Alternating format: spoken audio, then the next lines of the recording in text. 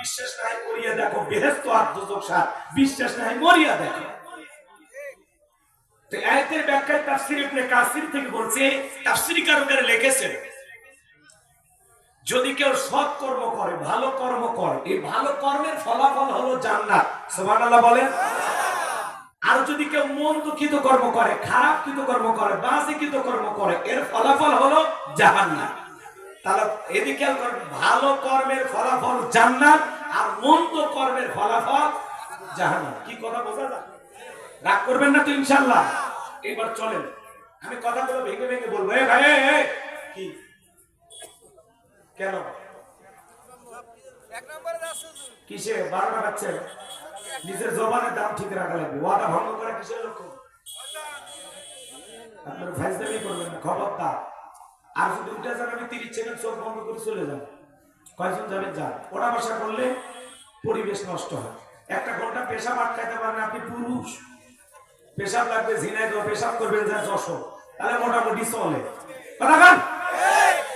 1 ঘন্টা পুরুষ পেশাব আটকাইতে পারে।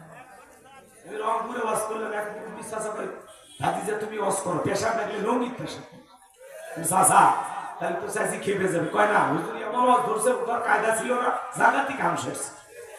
ওটা কি বলছে? এই জন্য পুরুষ কথাগুলো খুব মনোযোগ দিয়ে শুনবেন, তাহলে ভালো লাগবে। কোরআন টু কোরআন আলোচনা হবে। আমার কবির ভাই আপনাদেরকে অনেক সঙ্গীত শুনাইছে, অনেক গান শুনাইছে, শুনছেন না? আমি আর 2-1টা গান না বললাম, আমি আজকে শুধু আলোচনা করব। ঠিক আছে তো ইনশাআল্লাহ? আচ্ছা, এক ভাই গান গাইছেন, আমি আজকে শুধু তাফসীর করব। কি কি তাই না? সময়টাকে কাজে লাগাইতে হবে। আমি আগে বলছি সময়টাকে কাজে লাগাইতে হবে। প্রত্যেকটা আয়াতের অর্থ খালি কান খাড়া করে শোনো, ভালো লাগবে ইনশাআল্লাহ। কথা তো আমার না, কথা আল্লাহ। কুল্লু নাফসিন বিমা কাসাবাত রহিনা। প্রত্যেকটা ব্যক্তি তার নিষ্কৃত কর্মের ব্যাপারে আবদ্ধ, দায়বদ্ধ। আপনার জীবনের কৃতকর্মের হিসাব আপনাকেই দিতে হবে। কার কাছে? আল্লাহর কাছে। দিনের আলোতে, রাতের আধারে, গোপনে প্রকাশে যা করতেছেন প্রত্যেকটা কৃতকর্মের হিসাব আল্লাহ তাআলার কাছে দিতে হবে। এই যে ক্যামেরা দিয়ে আমার আলোচনা রেকর্ড করা হচ্ছে, 6 মাস পরে এই ক্যামেরার যদি মেমোরি থাকে, বলেন তো বাজান এই আলোচনা শোনা সম্ভব কিনা? তো মানুষ যদি দুনিয়ার ক্যামেরার মধ্যে এত কথা ধারণ করতে পারে, এই বুদ্ধি যদি মানুষের মাথার মধ্যে থাকতে পারে, আপনাকে আমাকে কন্ট্রোল করার জন্য আল্লাহরও ভিডিও আছে না নাই? সিসি ক্যামেরা আছে না নাই? কিরামান কাতিবিন ইয়ালামুনা মা তাফআলুন। সম্মানিত 2 জন লেখক ফেরেশতা, এদের নাম কিন্তু কিরামান কাতিবিন না, এরা হলো সম্মানিত 2 জন লেখক ফেরেশতা। আপনি যত ভালো কাজ করবেন, ডান কাঁধে থাকার ফেরেশতা আপনার নেক আমল লেখে। এই যে এই জায়গায় বসবাস শুনতেছেন, নেক আমল লিখতেছে। আবার এই মুহূর্তে যারা সিনেমা হলে মনিহারে ছবি দেখতেছি, ওদেরটাও লিখতেছে। কথা কয় না গো? এই মুহূর্তে যদি কেউ পতিতালয়ে যায়, তারটা ভিডিও হচ্ছে। তার মানে দুনিয়ার ক্যামেরা দিয়ে আমার আলোচনা যেমন রেকর্ড করা হচ্ছে, আল্লাহর ফেরেশতারা প্রত্যেকটা মানুষের কৃতকর্মগুলো রেকর্ড করতেছে, অডিও এবং ভিডিও। এই বিশ্বাস আপনাদের আছে না? সরকার একটা রাষ্ট্র চালাইতে গেলে তার যেরকম সিআইডি থাকে, ডিবি থাকে, গোয়েন্দা বাহিনী থাকে, আল্লাহরও গোয়েন্দা ফেরেশতা আছে না নাই? আল্লাহ বলেন মা ইয়ালফিজু মিন কাউলিন ইল্লা লাদাইহি রাকিবুন আতীদ। আল্লাহু আকবার। আল্লাহ বলেন বান্দা এমন কোন কথা বলে না, এমন কোন কর্মকাণ্ড করে না যা রেকর্ড করার জন্য আমার ফেরেশতারা নাই। আপনার জবানের প্রত্যেকটা কথা, কর্মকাণ্ড, অডিও ভিডিও সহকারে আল্লাহ রেকর্ড করে রাখতেছে। রাগ করতেছে? একটু গুছায় বলে ভালো হবে। ধরেন আপনাদের মসজিদের ইমাম সাহেব, ওনার কাছে একজন 50,000 টাকা দান করে বলতেছে হুজুর এই টাকা আল্লাহ ঘরে দিলাম, আমার নাম বলার দরকার নেই। এই যে হুজুরের হাতে একজন দানকারী লেনদেন হচ্ছে, এই সময় ফেরেশতারা নাই? জোরে বলে রাখবে। এতগুলো মানুষের আওয়াজ আমার কানে আসে নাকি আমার কানেরই সমস্যা? আপনারা কি কথা বলতে ভয় পান? এখনো কি ভয় আছে? আছে ভয়? এখন বুক খুলে কথা বলি, ভয় করার দিন শেষ, এখন আমরাই সরকার। স্বাধীনতা পাইছেন না, এখনকার মিথ্যা মামলা দেখে জেলে দেবে। হ্যাঁ, ওরা অন্ধ মানুষকে পর্যন্ত মামলা দিয়েছে। কথা কয় না গো? এখনকার অন্ধ মানুষের নামে কেউ মামলা দেয়? আচ্ছা, অন্ধ মানুষ গাড়ি পরে এটাকে আপনারা বিশ্বাস করেন? শয়তান বিশ্বাস করছে? ওর কাছে মিস কল দেন, ও বলবে না ভাই আমিও বিশ্বাস করি। কথা কোন ঠিক কিনা? সম্মানিত ভাইয়েরা, আমার দিল দিয়ে কথাগুলো বুঝবেন। আপনার যাতে মসজিদের ইমাম সাহেব, তার কাছে 50,000 টাকা একজন দান করলো, বলেন তো বাজান ওই সময় ফেরেশতা ওই জায়গায় আছে না নাই? ওইটা ভিডিও হয়েছে কিনা, রেকর্ড হয়েছে কিনা? ইমাম সাহেব যদি এখন মনে করে যে এই বেতন দেয় এতে তো আমার দিন যায় না, 50,000 টাকা ইমাম সাহেব যদি নিজের ব্যক্তিগত মনে করে খরচ করে, আল্লাহর ফেরেশতারা বলবে ইমাম মানুষ অনেক কষ্ট করে, 50,000 টাকা খাইছে, ওইটা লেখার দরকার নাই। কি বলে ইমাম সাহেব? এটা হুজুরের ছাড় দেবে? হুজুরকে ফেরেশতা ছাড় দেবে? ইমাম সাহেব যদি এটা মসজিদের কাজে লাগায়, এটা উদাহরণ দিচ্ছি, কোন ইমাম এরকম খায় না, ইমামেরা ভালো মানুষ। আল্লাহু আকবার কর। এটা উদাহরণ মানুষকে বোঝানোর জন্য। শোনেন, ইমাম সাহেব যদি এটা মসজিদের কাজে লাগায় সেটাও লিখবে, আবার ইমাম সাহেব যদি নিজের ব্যক্তিগত মনে খরচ করে সেটাও লিখবে। আরে ভাই 50,000 বাদ দেন, 5 টাকা যদি মসজিদের মদ থেকে দান বক্স থেকে নিয়ে যায়, হুজুর যদি একটা পানের খিলি কিনে খায়, ওই ব্যাপারেও আল্লাহর কাছে হিসাব দেওয়া লাগবে। কথা বলেন ঠিক কিনা? এবার চলেন মাদ্রাসার হুজুরের কাছে যায়। মাদ্রাসার হুজুর, ওনার কাছে একজন ছাগল দিল, হুজুর ছাগলটা সদকা দিলে এতিম বাচ্চাদেরকে জবাই করে খাওয়াই দিল। এখন হুজুর ছাগল জবাই করার পরে দেখলো 14 কেজি গোশত হয়েছে। চিন্তা করলো অনেকদিন ধরে বাড়িতে গোশত বাড়ায় না, ওখান থেকে 5 কেজি যদি বাড়িতে পাঠায়, ফেরেশতারা লিখবে না? না, বলবে মাদ্রাসা অনেক কষ্ট করে, হুজুর এটা লেখার দরকার নেই, এটা রেখে দিলে। তার মানে হুজুরের এদিকে খেয়াল করেন, হুজুর যদি 14 কেজি গোশত মাদ্রাসার বাচ্চাদেরকে রান্না করে খাওয়ায় সেইটাও লিখবে, আবার হুজুর যদি ওখান থেকে 5 কেজি বাড়িতে পাঠায় সেই ব্যাপারে হুজুরকে আল্লাহর কাছে জবাব দিতে হবে। ফেরেশতারা একটু চুল পরিমাণ এদিক সেদিক করবে না। আরে ভাই 5 কেজি দূরের কথা, 50 গ্রাম গোশত যদি হুজুর এদিক সেদিক করে সেই ব্যাপারে আল্লাহর কাছে হুজুরকে জবাব দিতে হবে। আমার কথা কি বোঝেন? আমি একটু উদাহরণ দিয়ে কথা বলতে ভালোবাসি। এখন আপনারা বুঝতে আলহামদুলিল্লাহ, না বুঝতে আমার কথা কিচ্ছু নেই, এটাই আমার ওয়াজের সিস্টেম। অনেকের মাথায় এবার এগুলো ধরে না। এবার চলেন শোনেন, ইমাম সাহেব যা করে ওই জায়গায় ভিডিও হয়, মাদ্রাসার হুজুর যা করে সেখানে ভিডিও হয়। খালি নেতারা যখন চাল ডাল বিতরণ করে ওই সময় কিন্তু ভিডিও হয় না, ফেরেশতারা ভয়ে সাইডে থাকে। হ্যাঁ, চালের কাঠে লেখা আছে 50 কেজি, এখন চেয়ারম্যান সাহেব দিল মাত্র 30 কেজি, বাকি 20 কেজি মাইরে দিছে। মাইরে দাও, বোঝেন তো? চাল পাইছে 700 বস্তা, 500 বস্তা আগেই বিক্রি করছে। কথা কয় না গো? আর 200 বস্তা নিয়ে এসে কোনো মতে দিয়ে খালি ভিডিও আর ওই পেপার একটু নিউজ, এটা করার জন্য 200 বস্তা দেয় বাধ্য হয়ে। এখন চাল পাওয়ার কথা 50 কেজি, সে জায়গায় যদি 30 কেজি বিতরণ করে, যে কাঠ নিয়ে চাল নিল গরিব মানুষ, ও বলতেছে ভাই আমি তো 50 কেজি পাই, তো 30 কেজি দিলি, বাকি 20 কেজি কয় এগুলো কর্মী পাইতে অনেক টাকা লাগে, এদের মোটরসাইকেল তেল কিনে দেওয়া লাগে, বেশি বোঝো তুমি, বেশি কথা বলে বাকি 30 কেজি রেখে দেবে। কথা কোন ঠিক কিনা? এই চেয়ারম্যান সাহেব এই যে আচরণটা করলো, ফেরেশতারা নাই, ভিডিও হইছে না, রেকর্ড হইছে না? চেয়ারম্যান সাহেব যদি 50 কেজি জনগণের আমানত 50 কেজি বুঝাইয়া দেয়, সেইটাও আল্লাহর ফেরেশতারা লিখে রাখবে, চেয়ারম্যানের কপাল খুলবে। আবার চেয়ারম্যান যদি দুর্নীতি করে 50 কেজির জায়গায় 30 কেজি দিয়ে 20 কেজি মাইরা দেয়, ওই জায়গায় চেয়ারম্যানের কপাল পুড়বে। ওই 20 কেজির ব্যাপারে আল্লাহর কাছে হিসাব দেওয়া লাগবে। কিয়ামতের ময়দানে অনেক নেতা চাল ডাল ডিউটিন সহ কিয়ামতের ময়দানে হাজির হবে। মানুষ দেখে বুঝবে এই সেই নেতা যে দুর্নীতি করছে, চুরি করছে। কথা বলে ঠিক কিনা? 11 লক্ষ কোটি টাকা দুর্নীতি করে বিদেশে পাচার করেছে, যা ইচ্ছা তাই করেছে, বেগম পাড়া বানাইছে, ব্যাংকে কারি কারি টাকা। কথা বলেন না কেন? আজকে কই গেছে ওদের? এজন্য জুলুম করতে না, জুলুমের শেষ পরিণতি পরাজয়, আর মাজলুমদের শেষ পরিণতি হলো বিজয়। কথা বলেন ঠিক কিনা? জনগণের আমানতের খেয়ানত করতে নাই। ক্ষমতা আল্লাহর দেয়া নিয়ামত, জনগণের দেয়া আমানত। নিয়ামত পেয়ে প্রশংসা আদায় করা লাগে, আমানতের দায়িত্ব সঠিকভাবে পালন করা লাগে। আমানতের খেয়ানত করলে আল্লাহর কাছে জবাব দিতে হবে কিনা বলেন? আমার ভাইয়েরা, তাহলে নেতা যা করে সেইটা ভিডিও হয়, খালি যুবকেরা যা করে আল্লাহর ফেরেশতারা ভিডিও করে না। একটা যুবক পার্কে বান্ধবীর হাত ধরে বসে আছে, ওই জায়গায় ফেরেশতা নাই? পার্কে কিন্তু ফেরেশতারা শর্মেই যায় না। পোলাপান বাচ্চা মানুষ কি করে না করে দরকার নেই। আর 14 ফেব্রুয়ারির দিনে সব ফেরেশতা তো ছুটি যায় নাকি কর? ফেরেশতাদের ছুটি আছে, ঘুমায়, খায়। খাইতে গেলে তো আধা ঘন্টা ওরকম বদকাম করতে গিয়ে আধা ঘন্টা লিখতে পারত না। ওরা খায়ও না, ঘুমায়ও না, 24টা ঘন্টা লিপিবদ্ধ করা হচ্ছে। কথা বলে ঠিক কিনা? এই যে মাহফিলে বসে যদি আপনারা ভালো চিন্তা করেন, ভালোটা লেখা হবে, মন্দ চিন্তা করলে ওইটা লেখা হবে। এই যে ওটা বসা কিসব করেন কি?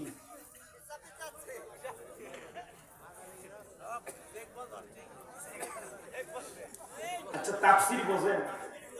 তাফসীর মানে কি? তাফসীর মানে কি বোঝেন?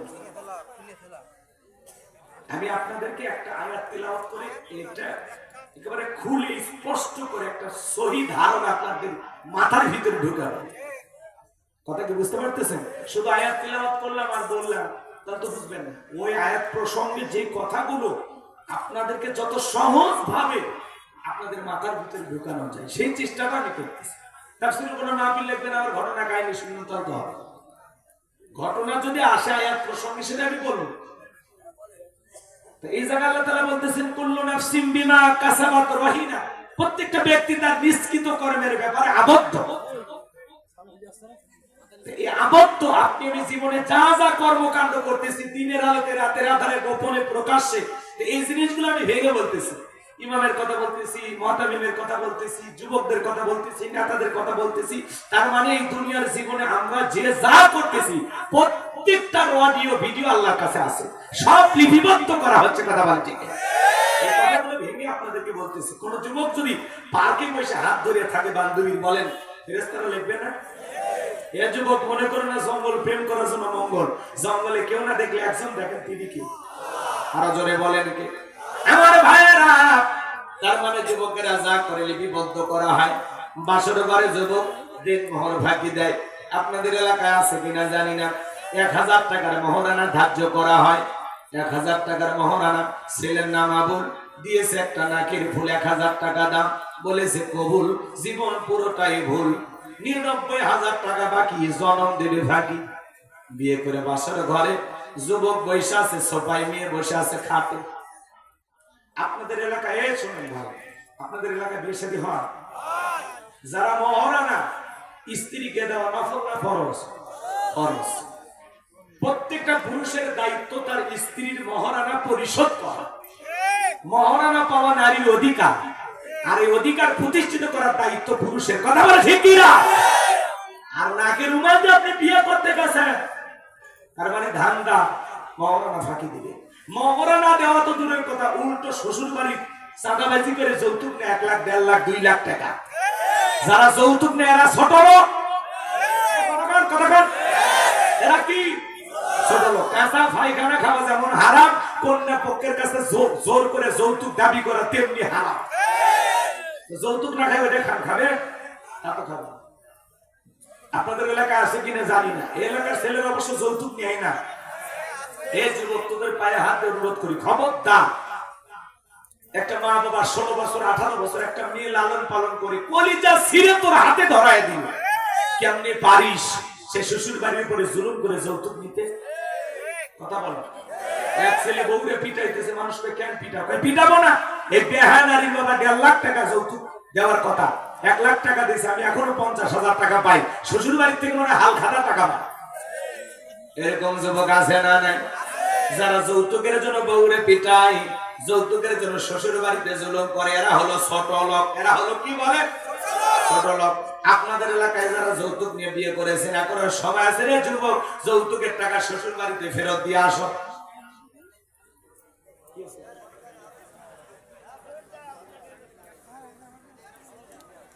সমস্যা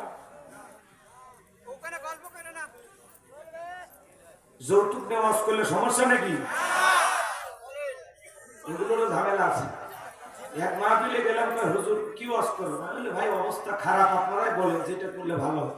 তখন বলতে হুজুর আপনার মাহফিলে যুবক বেশি, তো দেখেন কি ওয়াজ করা যায়। আমি তো বিয়ে নিয়ে ওয়াজ করি। হ্যাঁ হুজুর খুবই ভালো। ওয়াজ করতে করতে একসময় ধান করে যখন যৌতুকের কথা বলতেছে, বলছে হুজুর ওই কথা বললেন না, কয়েকদিন আগে আপনার পাশে যে বসে আছে ও ছেলের বিয়ে দিয়ে 5 লাখ নিয়েছে। কথা বলছেন নাই? এইগুলো ঝামেলা। হক কথা বলতে গেলে ঝামেলা আসে। কথা কর ঠিক কে যায়? ভাই যৌতুক নেওয়া জায়েজ নেই, আপনি কেন নেবেন? আর হারামে কোনো বরকত নেই। শ্বশুর বাড়ি থেকে 1.5 লাখ টাকা নিয়েছেন না, ওইটা বিয়ের অনুষ্ঠান পাড়ি দিতে দিতে কোন দিকে যে খরচ হয়ে যাবে আপনি ওই টাকা খুঁজেই পাবেন। এই টাকা নিয়ে কি লাভ? শ্বশুরের মনে কষ্ট দেওয়া। একটা মেয়েকে ফুটান্ত গোলাপের মতো আহা কত কষ্ট করে লালন পালন করে, কইরা তোমার মতো একটা অপরিচিত ছেলের হাতে তুলে দিলে, ওনার বাড়ি চৌগাছা আর বিয়ে দিল সে গোপালপুর। আহারে চেনে না জানে না, তোমার হাতে তুলে দিলে একটা জীবন্ত ফুটান্ত গোলাপ। ওর মা বাবা ওর খেদমত দিতে পারলো না, সারাটা জীবন এই নিয়ে তোর খেদমত করবে, তোমার পরিবারের খেদমত করবে। এ যুবক, তোমার পোশাক আশাক পরিষ্কার করবে, তোমার জন্য রান্না করবে, তোমার সন্তান গর্ভে ধারণ করবে, সারাটা জীবন সে তোমার জন্য উপকার করবে। ওর মা বাবা তো কিছুই পাইল না, পারলে তো শ্বশুরকে আর একটা মোটরসাইকেল দিয়ে দরকার। আব্বা যে জিনিস আমারে দিয়েছে, কথা কয় না, কথা কয় না। রাগ করেছেন মনে হয় আপনারা। আল্লাহ আমাদের সবাইকে সঠিক বুঝ দান করুন, জোরে বলুন আমিন। লম্বানি করব না ভাইরা আমার। বাসর করে বৈশা আছে, স্ত্রী ডেকে বলে স্বামী কাছে আসো না। কেন? বলে না কাছে যাওয়া যাবে না। কেন? কই হুজুর বলেছে মহারানা পরিশোধ না করে স্ত্রীকে স্পর্শ করা যাবে না। মেয়েটা টেনশনে পড়ে গেল। স্বামী তোমার কাছে কি টাকা নাই? বলে না টাকা নাই। টাকা থাকলে কি আমি জেলে বসে থাকি? তো হুজুর কি আর কিছুই বলে না? হুজুর বলেছে বউ যদি মাফ করে দেয়, প্রথম দিনে আপনার বউ 1 লাখ টাকা মাফ করে দিবে, এরকম ডিল কারো আছে? হ্যাঁ, এটা মাফ করে নেওয়া না ব্ল্যাকমেল করা। টেপে ধরলে মাফ নাইতেছে। মেয়েটা তো ইচ্ছা করে মাফ করেনি। মেয়ে চিন্তা করে বাপ মা গরু ছাগল জবাই করে 300 মানুষকে খাওয়াইয়া শ্বশুর বাড়িতে পাঠাইতে, স্বামী যদি কাছে না আছে ও 7 টাকা দেখি করে, তখন বাধ্য হয়ে মাফ করে দেয়। এই সময় ফেরেশতারা ভিডিও করছে কিনা, রেকর্ড হয়েছে কিনা? বাঁচার উপায় নাই রে জীবন। এখন যারা বিয়ে করেছো মহারণা পরিশোধ করো, যে কয় টাকা বাকি আছে আগে ওইটা পরিশোধ করো। কিছু দিয়ে মাফ না, একবারে 1 লাখ টাকা কেউ মাফ করে দেয়, 50,000 টাকা বউকে দেন, দিয়ে বলেন শোনা বাকি 50,000 টাকা 2 মাসের মধ্যে দিয়ে দেবো, আপাতত মাফ করে দিয়ে জীবন শুরু করে। কথা ক্লিয়ার? আর যারা মহারণা না দিয়ে স্ত্রীকে সারাটা জীবন এইভাবে ঘর সংসার করে যাবেন, কঠিন কিয়ামতের ময়দানে জিনাকারী নারী পুরুষের কাতারে আল্লাহ তাআলা আপনাকে দাঁড় করাবে। এখনো সময় আছে, সাধ্য অনুযায়ী সামর্থ্য অনুযায়ী যতটুকু পারেন বইয়ের মহারণা পরিশোধ করে দেবেন ইনশাআল্লাহ। আল্লাহ বোঝার তৌফিক দান করুক, জোরে বলুন আমিন।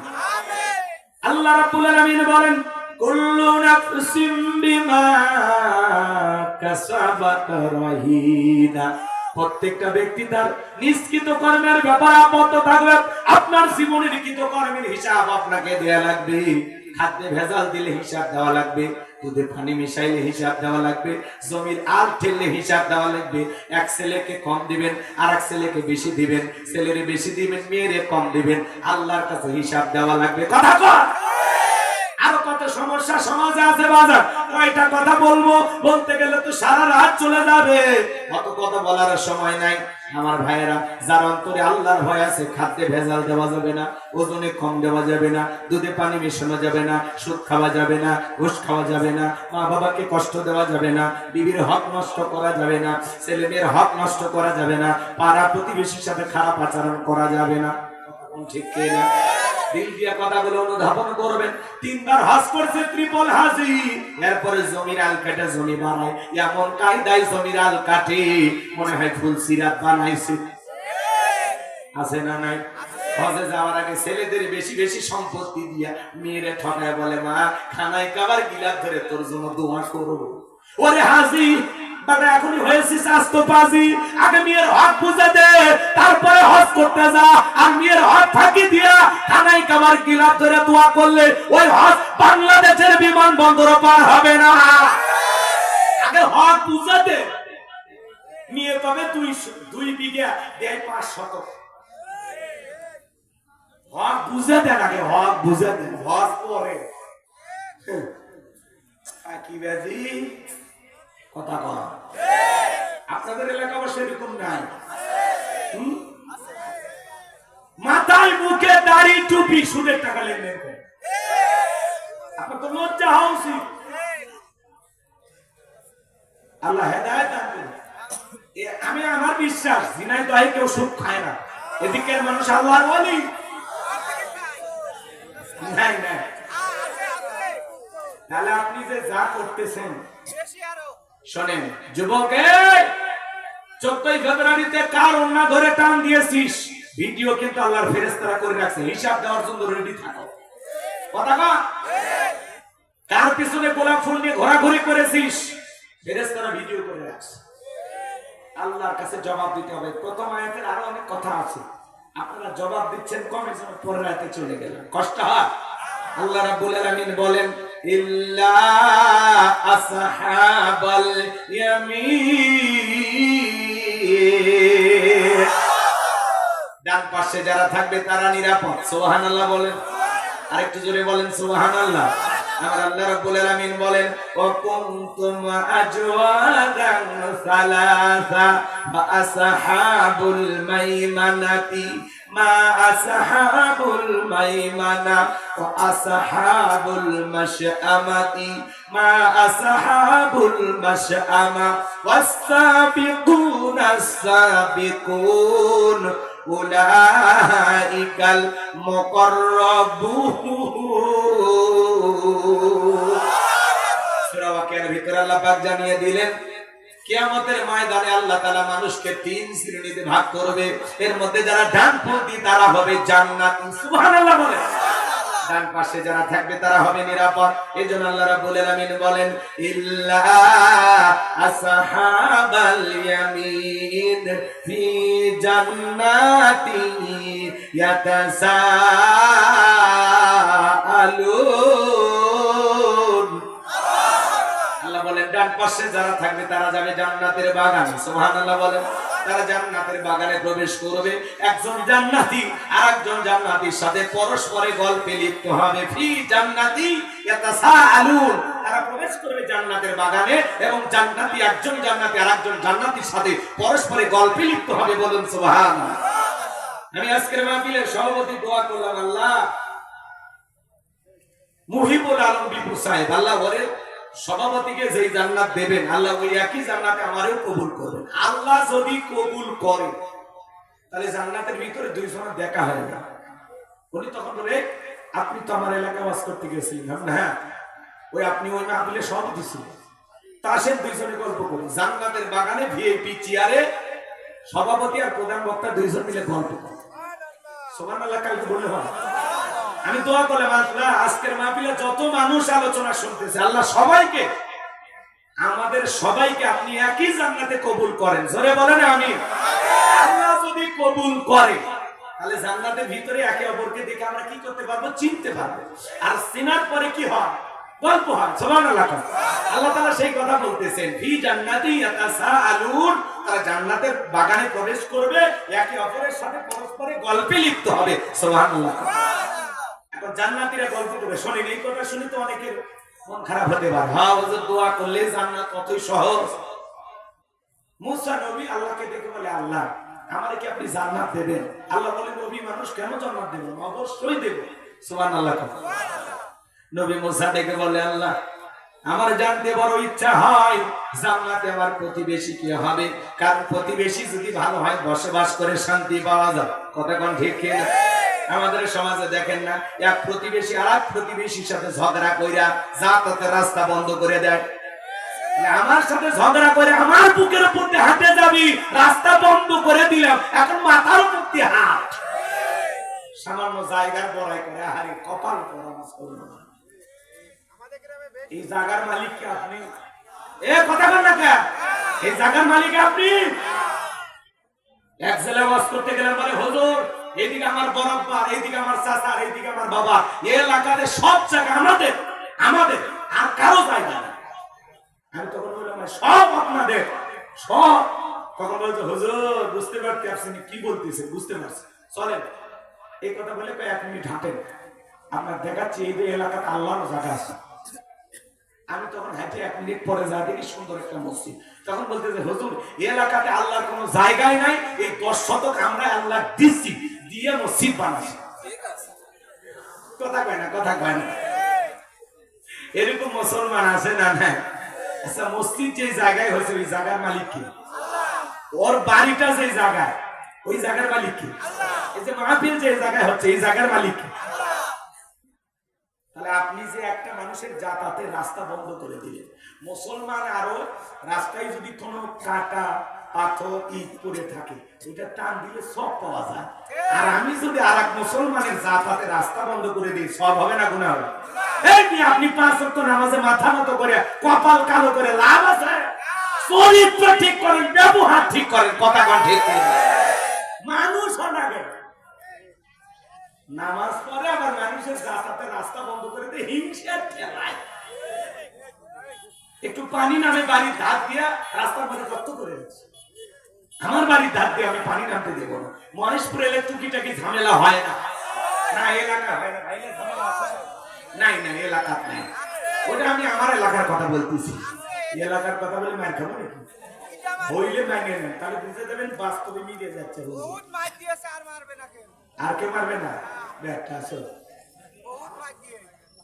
আমার ভাইয়েরা দিল দিয়া কথাগুলো বোঝার চেষ্টা করবেন।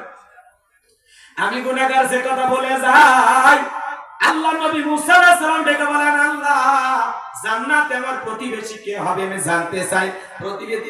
প্রতিবেশী ভালো হলে বসবাস করে শান্তি পাওয়া যায়, কথা বলে ঠিক কি না? আর প্রতিবেশী খারাপ হলে বসবাস করে শান্তি পাওয়া যায় না। নবী মুসা ডেকে বলে, আল্লাহ জানতে চাই আমার প্রতিবেশী কে হবে জান্নাতে, আর প্রতিবেশী নিয়ে তো মারামারি হবে না, হবে কি কোনো ঝামেলা হবে না। নবী মুসা জানতে চায়, আল্লাহ ডেকে বলে, পয়গম্বর তোমার সাথে জান্নাতে থাকবে যে, তোমার সঙ্গী হবে যে দুনিয়াতে বর্তমানে একজন কসাই সে। নবী মুসা ডেকে বলে, আল্লাহ দুনিয়ার এত মানুষ থাকতে কসাই কেন আমার সাথে জান্নাতে যাবে, জানতে বড় আগ্রহ হয় আমার। আল্লাহ ডেকে বলে, নবী মুসা সবই যদি আমি বলে দেই তাহলে তোমার দায়িত্বটা কি? কেন জান্নাত দিলাম জানতে হলে কসাইয়ের কাছে তোমাকে যেতে হবে। আল্লাহু আকবার বলে। ঘটনা বলা মূল উদ্দেশ্য না বাজার, সামনের দিকে যাই গেলে আপনারা বুঝতে পারবেন কেনই বা বললাম।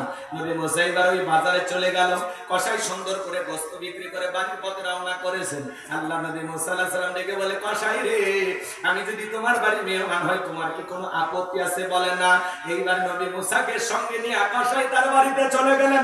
সুন্দর করে গোশত রান্না করার পরে বাটির মধ্যে গোশত নিয়ে তার জনম দুঃখিনী মা অন্ধ চোখে দেখতে পারে না, মায়ের মুখে তুলে তুলে খাওয়ায়। খাওয়া শেষে দুঃখিনী মা দুইটা হাত তুলে দোয়া করে বলে, আল্লাহ এই জামানার মুসা নবী যেই জান্নাতে থাকবে আমার ছেলেটাকেও আপনি একই জান্নাতে কবুল করে নিও। আল্লাহ গো জামানার নবী মুসা যেই জান্নাতে থাকবে ওই একই জান্নাতে আমার সন্তানটাকে তুমি জায়গা করে দিও।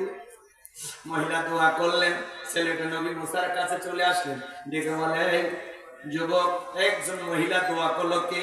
বলে আপনি কিছু মনে করবেন না, ওইটা আমার মা প্রতিদিন আল্লাহর কাছে দোয়া করে, আল্লাহ গো এই জামানার নবী মুসা যেই জান্নাতে থাকবে আমার ছেলেটাকে সে একই জান্নাতে কবুল করে নিও।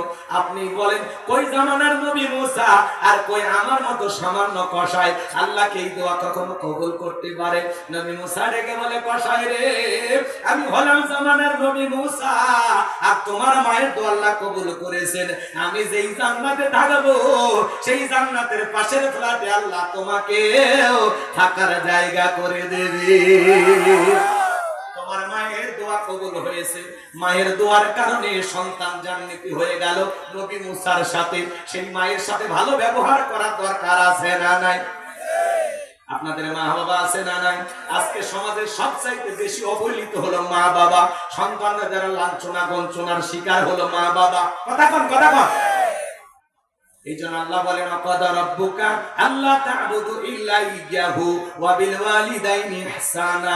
আল্লাহ বলে আমার ইবাদত করো, আমার গোলামি করো, আমার ইবাদতের সাথে কাউকে শরীক করো না। আমার ইবাদতের পর তোমাদের দায়িত্ব হলো মাতা পিতার সাথে খেদমত করা, তাদের সাথে উত্তম আচরণ করা। এ যুবক ভাই তোমাদের পায়ে হাত দিয়ে অনুরোধ করে বলে যায়, এই দুনিয়ার জমিন আজকে 95% পরিবারে মা বাবা নির্যাতন জুলুমের শিকার। অধিকাংশ সন্তানেরা মা বাবাকে অবহেলা করে। তুমি কি জানো রে যুবক, মা বাবার তোমার কত দাম? তুমি কি জানো? আমি হুজুর দোয়া করলে কবুল হইতে পারে, না হইতে পারে, কিন্তু তোমার মা বাবা যদি তোমার জন্য দোয়া করে এই দোয়া কখনো আল্লাহ তাআলা ফেরত দেবে না। কথা বলেন ঠিক কিনা? আমার ভাইরা রে, গভীর মনোযোগ দিয়ে কথাগুলো শুনবেন। যে ভক্তদের পায়ে হাত দিয়ে অনুরোধ করে বলে যায়, খবরদার মা বাবার সাথে কোনোদিন বেয়াদবি করো না। একটা মা সন্তানের জন্য কত কষ্ট করে যুবক। সন্তান যখন মায়ের গর্ভে চলে আসে, মা খাইতে পারে না, মার বমি বমি হয়। 7-8 মাস যখন হয়ে যায়, সন্তান যখন পেটের ভিতরে নাড়াচাড়া করে, ওই সন্তানের 2টা পা আল্লাহ তাআলা মায়ের কলিজার সাথে সেট করে দেয়। ডাক্তারি গবেষণায় বলা হয়েছে, বাজার আপনি আমি মায়ের গর্ভে যেই জায়গাতে থাকি, এই জায়গা মাত্র 10 ইঞ্চি। যে সন্তান সবচাইতে কম মায়ের পেটের ভিতরে নাড়াচাড়া করে, মায়ের গর্ভে থাকা অবস্থায় ওই সন্তান 4500 বার মায়ের কলিজায় লাথি মারে। 8-9 মাস যখন হয়ে যায়, পেটটা যখন তরমুজের মতো অনেক বড় হয়ে যায়, মা ঘুমাইতে পারে না। পেটের কোনায় কোনায় চিনচিন ব্যথা করে, মার কষ্ট সারা রাত জায়গা মা দেলে পিঠটা লাগায় থাকে। যেই মা রাত্রি জাগরণ করে ঘুমাইতে পারে না, আমার ভাইয়েরা, যে মা রাত্রি জাগরণ করে ঘুমাইতে পারে না, সারা রাত জায়গা নফল নামাজ পড়লে যে সব হয়, মায়ের আমল নামায় আল্লাহ সেই সব লিখে দেয়। সন্তান যখন ডেলিভারির সময় হয়ে আসে, আমার ভাইয়েরা, দক্ষিণী মা বাবার 2টা পা জড়াইয়া কান্না করে। মায়ের চোখের পানি যখন বাবার পাকে স্পর্শ করে, বাবা ঘুম থেকে জাগ্রত হইয়া ডেকে বলে, বিবি এত রাত্রিবেলায় কেন তুমি কান্না করো, কি হয়েছে তো? মা ডেকে বলে, স্বামী দীর্ঘদিন আপনার সংসার করলাম, ভুলবে তুমি মাফ করে দেবে। আমি আমার সন্তানটাকে জন্ম দেওয়ার জন্য বাবার বাড়িতে চলে যাব। ও স্বামী আপনার সংসারের চাবি বুঝায় নেন, বেঁচে থাকলে আবারও দেখা হবে। এই কথা বলে মা তাই মার ঘরে চলে যায়। প্রসবের যাতনায় মা দাঁত মুখ কামড়ায়, চোখের পানি ছেড়ে দিয়ে কাঁদে। হে যুবক, একটা সন্তান ডেলিভারি করতে গিয়ে কত কষ্ট হয়, কত ব্যথা হয়, দুনিয়ার মা সারা কেউ বুঝবে না। নবীর এক সাহাবী মাকে কাঁধে করে নিয়ে খানায় কাবা তওয়াফ করে। নবী বলে, সাহাবী বড় ভালো কাজ করতেছে। সাহাবী দেখে বলে, হুজুর আমি যে আমার মাকে কাঁধে করে নিয়ে খানায় কাবা তওয়াফ করলাম, আমি কি আমার মায়ের হক আদায় করতে পেরেছি? বিশ্বনবী দেখে বলেন, সাহাবী আল্লাহ যদি তোমাকে কিয়ামত পর্যন্ত হায়াত দেয়, আর তুমি যদি তোমার মাকে কাঁধে নিয়ে খানায় কাবা তওয়াফ করো, তোমার মা তোমাকে জন্ম দেওয়ার সময় প্রসবের যাতনায় উহা শব্দ করেছিল, ওই একটা উহা শব্দের হক দুনিয়ার কোন সন্তান আদায় করতে পারবে না। এই জন্য নবীজি বলেছেন, ওমা জান্নাতুকা ওয়া নারুকা, তোমার পিতামাতাই তোমার বেহেশত, তোমার পিতামাতাই তোমার দোজখ।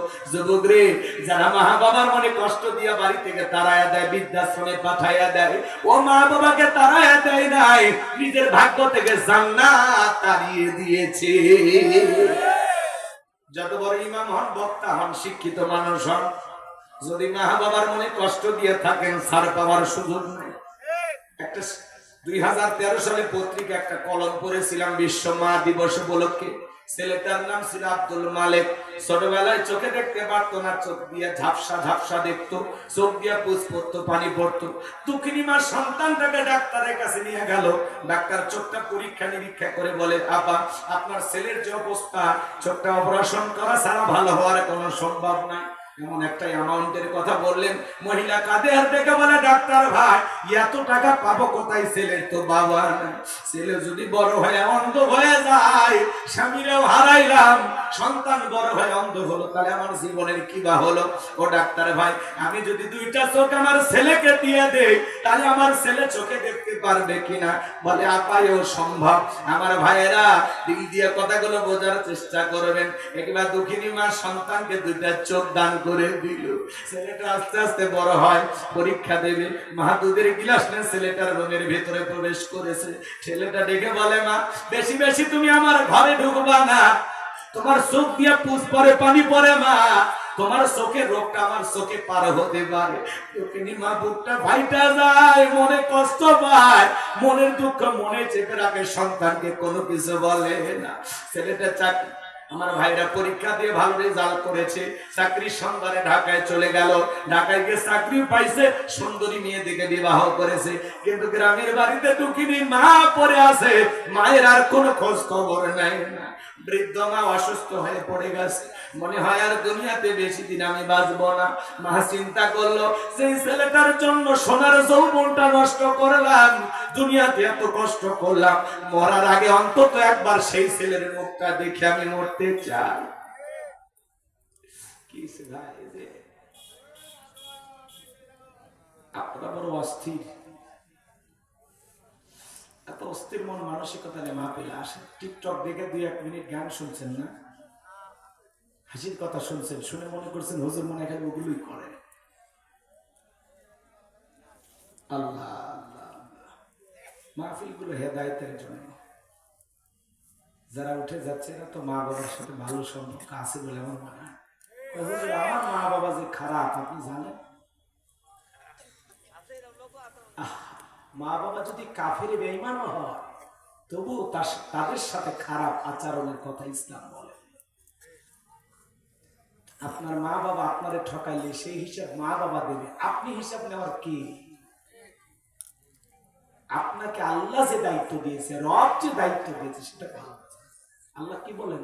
অকুল লাহুমা কওলান কারীমা, সম্মান সূচক আচরণ করো, নম্র ভদ্র হয়ে মা বাবার সাথে কথা বলো। মা বাবার দিকে গালি দেওয়া যাবে না, চোখ রাঙানো যাবে না, বাজে কথা বলা যাবে না। কারণ বাবা হলো বট বৃক্ষ আর মা হলো সেই বট বৃক্ষের মূল শিকড়, যেখান থেকে আমাদের জন্ম হয়েছে। এই দুইটা মানুষ পৃথিবীর নিঃস্বার্থ ভালোবাসে, এদের ভালোবাসায় কোনো স্বার্থ থাকে না। এই গ্রামে যদি আমি এখন ওয়াজ বন্ধ করে যাই, প্রত্যেকটা পরিবারে খবর নেই, দেখবেন অধিকাংশ মা বাবা সন্তানদের বিরুদ্ধে পাহাড় পরিমাণ অভিযোগ। কথা বলে এই কথাগুলো তো হেদায়েতের নিয়তে শুনতে হয়। আমি তো আমার জন্য কথা বলতেছি না, কথা বলতেছি আপনাদের জন্য। আমার মা বাবার সাথে আমার আচরণ অনেক ভালো, তারাই উল্টো আমারে ঝালি দেয়, আমি আজ পর্যন্ত তাদের ঝালি দিতে পারি না, কারণ ইসলাম আমাকে সেই অনুমতি দেয়নি।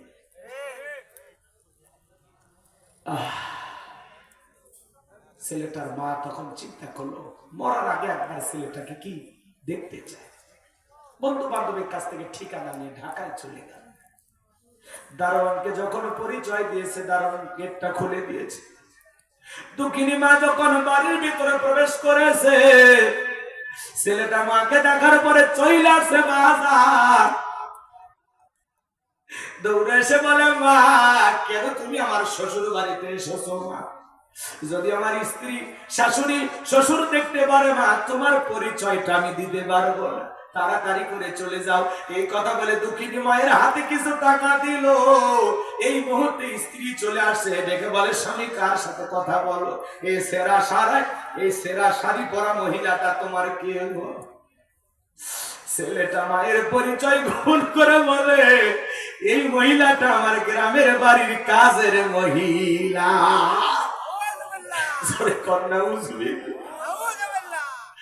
স্ত্রী চলে গেল, দুঃখিনী মার 2 গাল বেয়ে চোখের পানি পরে আর ডেকে বলে, আব্দুল মালিক,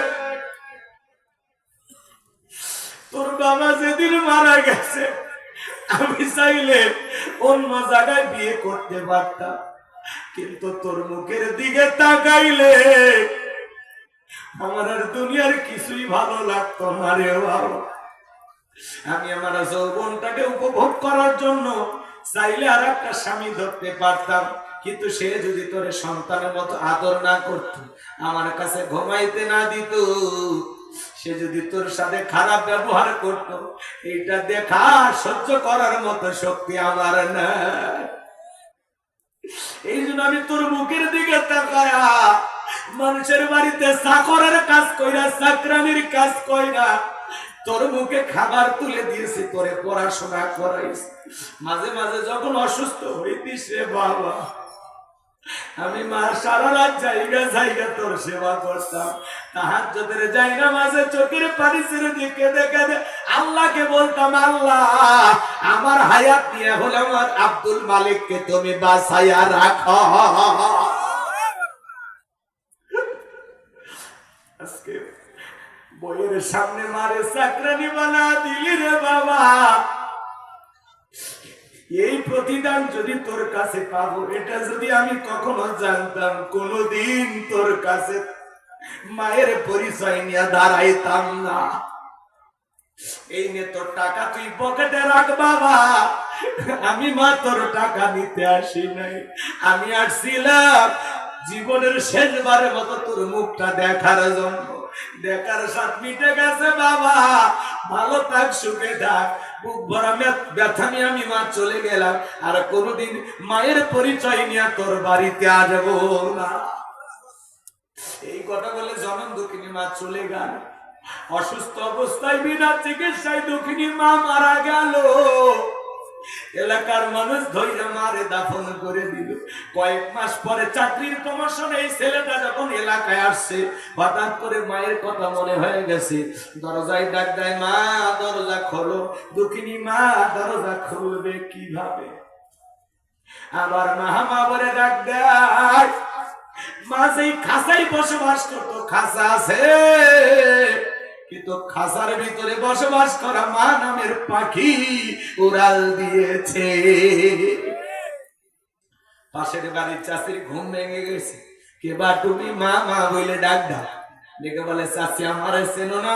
আমি আব্দুল মালিক, আমার মা কথা। দেখে বলে, বাবা আসলি যখন এত দেরি করে কেন আসলি? তোর মা তো অনেক দিন আগে অন্ধকারে কবরে চলে গেছে। ছেলেটা হাওয়া করে কাঁদে আর বলে, চাষি বলেন না আমার দুঃখিনী মার কবরটা কোথায়? এইবার যখন মার কবর দেখা দিয়েছে, মার কবরে মাটি ধরে কান্না করেন, বলে, মা এত বড় ব্যথা দিলাম, এত কষ্ট তোর মনে দিলাম রে মা, একটা বার ক্ষমা চাওয়ার সুযোগ দিলি না। এইভাবে চলে যাবি মা, জানা ছিল না রে মা, তুই আমার মাফ করে দিস রে মা।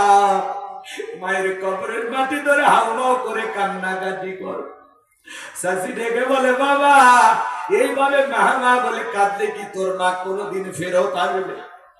আয় আয় আমার কাছে আয়, তোর মা জীবনে একটা চিঠি লেখে গেছে, আর বলেছে কোনদিন যদি আমার আব্দুল মালিক আসে, মায়ের লেখা শেষ চিঠিটা আমার ছেলের হাতে দিয়ে। মালিক কাঁদে আর বলে, চাচি ও চাচি, আমার মায়ের লেখা শেষ চিঠিটা একটু আমারে দাও। হে যুবক, একটা মা সন্তানকে জন্ম দিতে গিয়া ছোট্ট বালতির মতো এক বালতি রক্ত শরীর থেকে ঢেলে ফেলে দেয়। কত মা অজ্ঞান হয়ে পড়ে থাকে।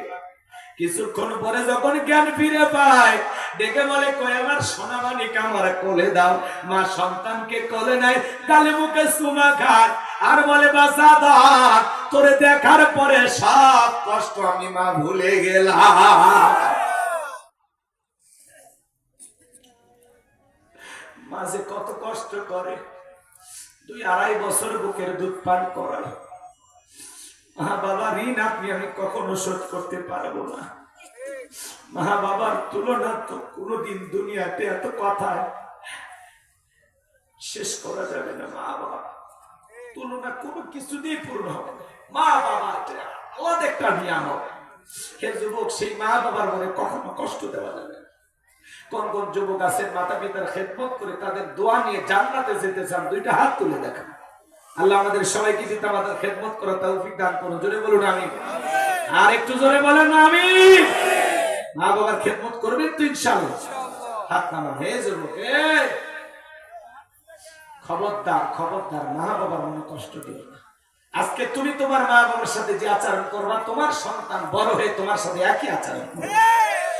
একটা শিক্ষিত লোকের গল্প পড়েছিলাম, বাড়িতে অনেক ভিআইপি খাওয়ার আয়োজন হয়েছে, তেহেরি নেহেরি বিরিয়ানি রোস্ট, গরুর গোস্ত, খাসির গোস্ত, সেই ভিআইপি খাওয়া। একটা ভাঙা প্লেটে কিছু একটু খাবার দিয়ে ছোট্ট বাচ্চাকে বলতেছে এটা তোর দাদু ভাইকে দিয়া। এখনকার বাচ্চারা তো বৈজ্ঞানিক, সেই বুদ্ধি সন্তানের মাথা। কথা বলে এক একটা বাচ্চা মানে কম্পিউটার। তখন বলতেছে আব্বু আমরা এত ভালো খাইলাম আর দাদুর জন্য এই খাবার, ব্যাপার দেখি। তখন বলতেছে তোর দাদুর বয়স হয়ে গেছে, এই খাবার দিয়ে এটা দিয়েই হবে। তখন বলতেছে আব্বু তাহলে আমি এই প্লেটটা যত্ন করে রেখে দেবো, দাদুর মতো যখন তোমার বয়স হবে এই প্লেটে করে আমি তোমাকে খাইতে। শিক্ষিত মানুষ বিবেকের দরজা খুলে গেছে, সঙ্গে সঙ্গে প্লেটের খাবার ফেলা দিয়ে বলতেছে বাবা তোর আজকে এমন একটা শিক্ষা দিলি, কলেজ বিশ্ববিদ্যালয়ে যা শিখতে পারি না তোর কাছে তাই শিখি। এই কথা বলে সন্তানকে বুকের সঙ্গে জড়ায় নিয়ে বাপকে যে স্টোরুমে ফেলায় দিছে, ওখান থেকে বিল্ডিং এর উপরে তুইলা সুন্দর করে গোসল করা দিয়ে নতুন জামা পরে বাবাকে খুব আদর আপ্যায়ন করতেছে। স্ত্রী ডেকে বলতেছে কি বাবা এই বৃদ্ধ মানুষটাকে আবার উপর তুলি, কারণটা কি? তখন বলতেছে আজ থেকে আমরা যা খাবো বাবা তাই খাবে, আমরা এই রুমে ঘুমাবো, পাশের রুমে বাবা ঘুমাবে, বাবার সাথে যদি করিস বাড়াবাড়ি 1 2 3 পাঠায় দেবো তোরে বাপের বাড়ি। কথা বলে বইয়ের ভালোবাসা বইয়ের কাছে, মা বাবার ভালোবাসা মা বাবার কাছে। কথা বলেন ঠিক কিনা? কাউকে বেশি প্রাধান্য দিদিকে কারো প্রতি অবহেলা করা যাবে। হে যুবক, শ্বশুর বাড়ি একটা পালসার ডিসকভার পায় পাগল হয়ে যায় না। একটা যৌতুকের মোটরসাইকেল পাইলে শাশুড়ির দরজায় ব্রেক করে ডাক দেয় আম্মা। শাশুড়ি কয় জামা একটা পাইছি, ছোটবেলায় মাদ্রাসায় পড়েছে, গুণনা মুখস্থ। কথা কয় না, কথা কয় না। শ্বশুরের দেখেন আব্বা কেমন আছেন, আব্বা কি খেয়েছেন, আব্বা কোথায় যাচ্ছেন। শ্বশুরকে মারাত্মক জামাই পাইছি, ছোটবেলায় মাদ্রাসায় পড়েছিল, কল কলার সব হরফ মুখস্থ। শ্বশুরক ডাকে আব্বা আম্মা, আর মা বাবার ডাকে বুড়া বুড়ি। তোর কপাল দাঁতিয়ার গুড়ি, মরার পরে ফেরেশতারা বাইরে ফুটে করবে ধুরি, জাহান্নামে হবে তোর বসত বাড়ি।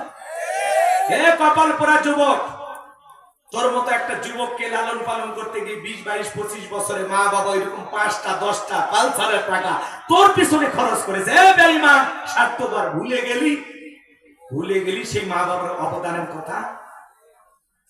আল্লাহ যুবকদের হেদায়েত দান করুন। জোরে বলুন আমি। মা বাবার মনে কষ্ট দেওয়া যাবে? জোরে বলেন দেয়া যাবে? মা বাবার ঋণ কখনো শোধ করা যাবে? রক্তে ভাসিয়া যাত নাই কাঁদিয়া আনলে মাগো আমায় এই দুনিয়ায়, তোমার ঋণ আমি কি দিয়ে শোধাই মাগো, তোমার ঋণ আমি কি দিয়ে শোধাই। দেখেছি পৃথিবীতে প্রথম মায়ের মুখ, পেয়েছি ভালোবাসায় পূর্ণ মায়ের মুখ। বলতে পারি না কথা মা বোঝে আমার ব্যথা, বলতে পারি না কথা মা বোঝে আমার ব্যথা, তাই তো রেখেছো মা বুকেতে জড়াই, তোমার ঋণ আমি কি দিয়ে শোধাই মাগো, তোমার ঋণ আমি কি দিয়ে শোধাই। কখনো গভীর রাতে উঠলে আমি কেঁদে, বুকে মা শক্ত করে রাখতো আমায় বেঁধে, তোমার ওই দুধের দাম কে দেবে প্রতিদান, তোমার ওই দুধের দাম কে দেবে প্রতিদান, এই দুনিয়ায় মাগো আজ মেলে নাই, তোমার ঋণ আমি কি দিয়ে শোধাই মাগো, তোমার ঋণ আমি কি দিয়ে শোধাই। জোরে তোমার আমার ভাইরা যুবক রে, বুলেট মারলে বুলেট মিস হতে পারে, কিন্তু মা বাবার দোয়া কোনোদিন মিস হতে পারে না। জীবনে যদি ভাগ্য খুলতে চাও, সফল হতে চাও, মা বাবার দোয়া নেও। মা বাবা যদি বদদোয়া করে, কোটিপতি থেকে আল্লাহ ফকিরপতি বানায় দেয়। আর মা বাবা যদি দোয়া করে, ভ্যান চালক রিক্সা চালক থেকে আল্লাহ কোটিপতি বানায়। এই জন্য যুবক কখনো মা বাবার মনে কষ্ট দেওয়া যাবে। তাহলে নবী মুসা আলাইহিস সালামের সাথে একটা কসাই জান্নাতে যাবে মায়ের দোয়ার কারণে। মায়ের দোয়ার পাওয়ার আছে না? জোরে বলেন আছে না? সেই মা বাবার সাথে আমরা কখনো অবহেলা করবো না। আজকে আমি আমার মা বাবার সাথে যা করবো আমার সন্তান তাই করবে। বিদায় সাবধান, সাবধান। 2 দিন আগে আর কোন মা বাবাকে অবহেলা করা যাবে না। আমার ভাইয়েরা লম্বা করার সুযোগ নাই, যে কথা বলতে চাচ্ছিলাম দিল দিয়ে কথাগুলো বুঝবেন। আমার আল্লাহ রাব্বুল আলামিন বলেন ফি জান্নাতি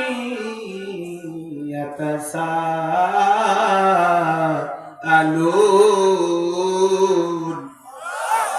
আল্লাহ রাব্বুল আলামিন বলেন তারা জান্নাতে প্রবেশ করবে, একজন জান্নাতি আরেকজন জান্নাতীর সাথে পরস্পরে গল্পে লিপ্ত হবে। জান্নাতীরা গল্প করতে করতে তাদের দৃষ্টি চলে যাবে নিচের দিকে, তারা নিচের দিকে তাকায় দেখবে দাউ দাউ করে জাহান্নামের আগুন জ্বলতেছে। ওই জাহান্নামের আগুনে মানুষগুলোকে পোড়ানো হচ্ছে। আমার ভাইয়েরা তখন ওই জাহান্নামের ভিতরে আগুনে পুড়তে দেখবে অসংখ্য মানুষকে। এদের মধ্য থেকে কিছু মানুষকে দেখে তারা চিনতে পারবে। আর তখন জান্নাতীরা ওই জাহান্নামীদেরকে প্রশ্ন করে বলবে আনিল মুজরিমিন, হে অপরাধীরা, মা সালাকাকুম ফি সাকর, কোন অপরাধে, কি অপরাধে সাকর নামক জাহান্নামে তোমরা এসেছো? আনিল মুজরিমিন, অপরাধী সম্পর্কে তারা জিজ্ঞাসা করবে মা সালাকাকুম ফি সাকর, কোন অপরাধে সাকর নামক জাহান্নামে তোমাদেরকে নিয়ে আসছে? দুনিয়ার জীবনে কেমন অপরাধ করছো যার কারণে তোমরা এই জাহান্নামের আগুনে জ্বলতেছো? আমার ভাইয়েরা, ওই জাহান্নামের আগুনে যারা জ্বলবে পুড়বে, এই দুনিয়ার আগুনের চাইতে জাহান্নামের আগুনের পাওয়ার 70 গুণ বেশি। ওই জাহান্নামের আগুনে মানুষ জ্বলবে পুড়বে, চেহারা হয়ে যাবে কয়লার মতো কালো। জাহান্নামের আগুন সহ্য করার শক্তি আমাদের কারো নেই। হযরত আবু হুরায়রা বলেন আল্লাহ জাহান্নামের আগুনকে 1000 বছর জ্বালায়, জাহান্নামের আগুনের কালার হয়েছিল সাদা। আবার 1000 বছর জ্বালায়া জাহান্নামের আগুনের কালার হয়েছিল লাল বর্ণ। আবার 1000 বছর জ্বালায়া জাহান্নামের আগুনের কালার হয়েছিল কৃষ্ণ বর্ণ। ওই জাহান্নামের আগুনে জ্বলবে পুড়বে কি? আহা, জাহান্নামের কথা শুনে উঠে যান। জান্নাতের টিকিট তো আপনারা পাইছেন। আল্লাহ তাআলা আপনাদেরকে জান্নাতি হিসেবে কবুল করেন। জোরে কোন আমি মুসাফির বদদোয়া দেব না, কিন্তু আমি বলবো মেহমানকে নিয়ে এসে এরকম করবেন, তাহলে খারাপ লাগে। ওয়াজ শোনার নিয়তে যাবেন, বক্তার চেহারা দেখার জন্য না, গান শোনার জন্য। আমি কি খারাপ কথা বলতেছি? ওয়াজ গুলো কি খারাপ? জীবনে এগুলো শোনার প্রয়োজন আছে না? আর মনে রাখবেন, যতক্ষণ পর্যন্ত আপনি আমি পরিবর্তন না হতে পারবো ততদিন সমাজ রাষ্ট্র কিচ্ছু পরিবর্তন করতে পারবে। আগে নিজে ভালো মানুষ হওয়া লাগবে। নিজে ভালো হন না, আপনি দোয়া করতেছেন আল্লাহ উমরের মতো নেতা বানায় দেন। এই বেটা, উমরের দেশে থাকার মতো জনগণ তুমি হইতে পারছো? হ্যাঁ, আজকে জুতার মালা দিয়ে এক মুরব্বীকে ঘুরানো হয়েছে, তিনি নাকি মুক্তিযোদ্ধা। আবার কেউ বলেছেন তিনি 9টা মামলার আসামি। এক মুক্তিযোদ্ধাকে অপমান। আরে ভাই, একটা বৃদ্ধ মানুষকে কেন জুতার মালা দেবেন? যদি অপরাধ করে প্রশাসন আছে, উনি আবার উল্টাপাল্টা বলতেছে। এই যে নোয়াখালীতে এই ঘটনাটা ঘটছে, কুমিল্লা 14 গ্রাম, একটা বৃদ্ধ মানুষকে কেন জুতার মালা? এমনি ভারতের মিডিয়ায় তোলপা, রিপাবলিক বাংলা লাফাইচার বলতেছে, এই যে দেখেন ভারতে ইউনূস সরকার থাকা অবস্থায় কিভাবে একজন মুক্তিযোদ্ধাকে অপমান করা হচ্ছে। আপনারা এটা মিডিয়ার খোরাক করে দিচ্ছেন কেন ভাই? উনি যদি কোনো অপরাধ করে থাকে প্রশাসন ধরবে। আপনার মনে কোনো ক্ষোভ থাকলে না আপনি মামলা করেন। উনি নাকি অনেক জুলুম করছে, ঝামেলা করছে, বিগত সরকারের 5টা গোলাম ছিল। তো যাই হোক, সবচেয়ে বড় পরিচয় উনি নাকি একজন মুক্তিযোদ্ধা। সত্যি মুক্তিযোদ্ধা কিনা ভুয়া মুক্তিযোদ্ধা কেমন বুঝবেন?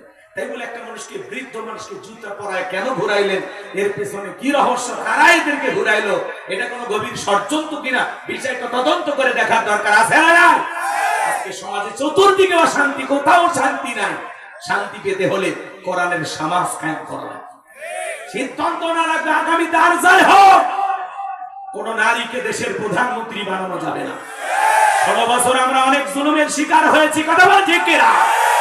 আগামীতে সিদ্ধান্ত নেওয়া লাগবে, বাংলাদেশের প্রধানমন্ত্রী হবে পুরুষ। কারা কারা চান হাত তুলে দেন। লিল্লাহে তাকবীর। আপনারা নারীদের দেখার দিন শেষ, আগামীতে পুরুষের বাংলাদেশ। কথা কয়, উনি পাশের দেশে গেছে, চট করে বা ঢুকতে চাই, ঢুকবেন তাহলে বের হলেন কেন? এই দেশে আপনার বাবার, এই দেশে আপনার স্বামীর, আপনি আসেন। এই দেশের 18 কোটি মানুষের 36 কোটি চোখ টাকায় আছে। কথা কয় ঠিক কিনা? রাগ করতেছেন আপনারা? বহু আইবা তুমি আইবা গো, সেই দিন আইসা বুবু ক্ষমতা পাইবা না। বুবু আইবা তুমি আইবা গো, সেই দিন আইসা বুবু ক্ষমতা পাইবা না। খোঁজ নাই বুবু কাদের কাকার, অবস্থা খারাপ করবে যে বাবার, হাও না গেলা কোন সামনেও আসে না। নেহাতা কর্মী সব জেলের ভিতর, আমি আছি ডরের ওপর, কখন জানি আসে গ্রেফতারি পরোয়ানা। বুবু আইবা, তুমি আইবা গো, সেই দিন আইসা বুবু ক্ষমতা পাইবা না। কথা বলে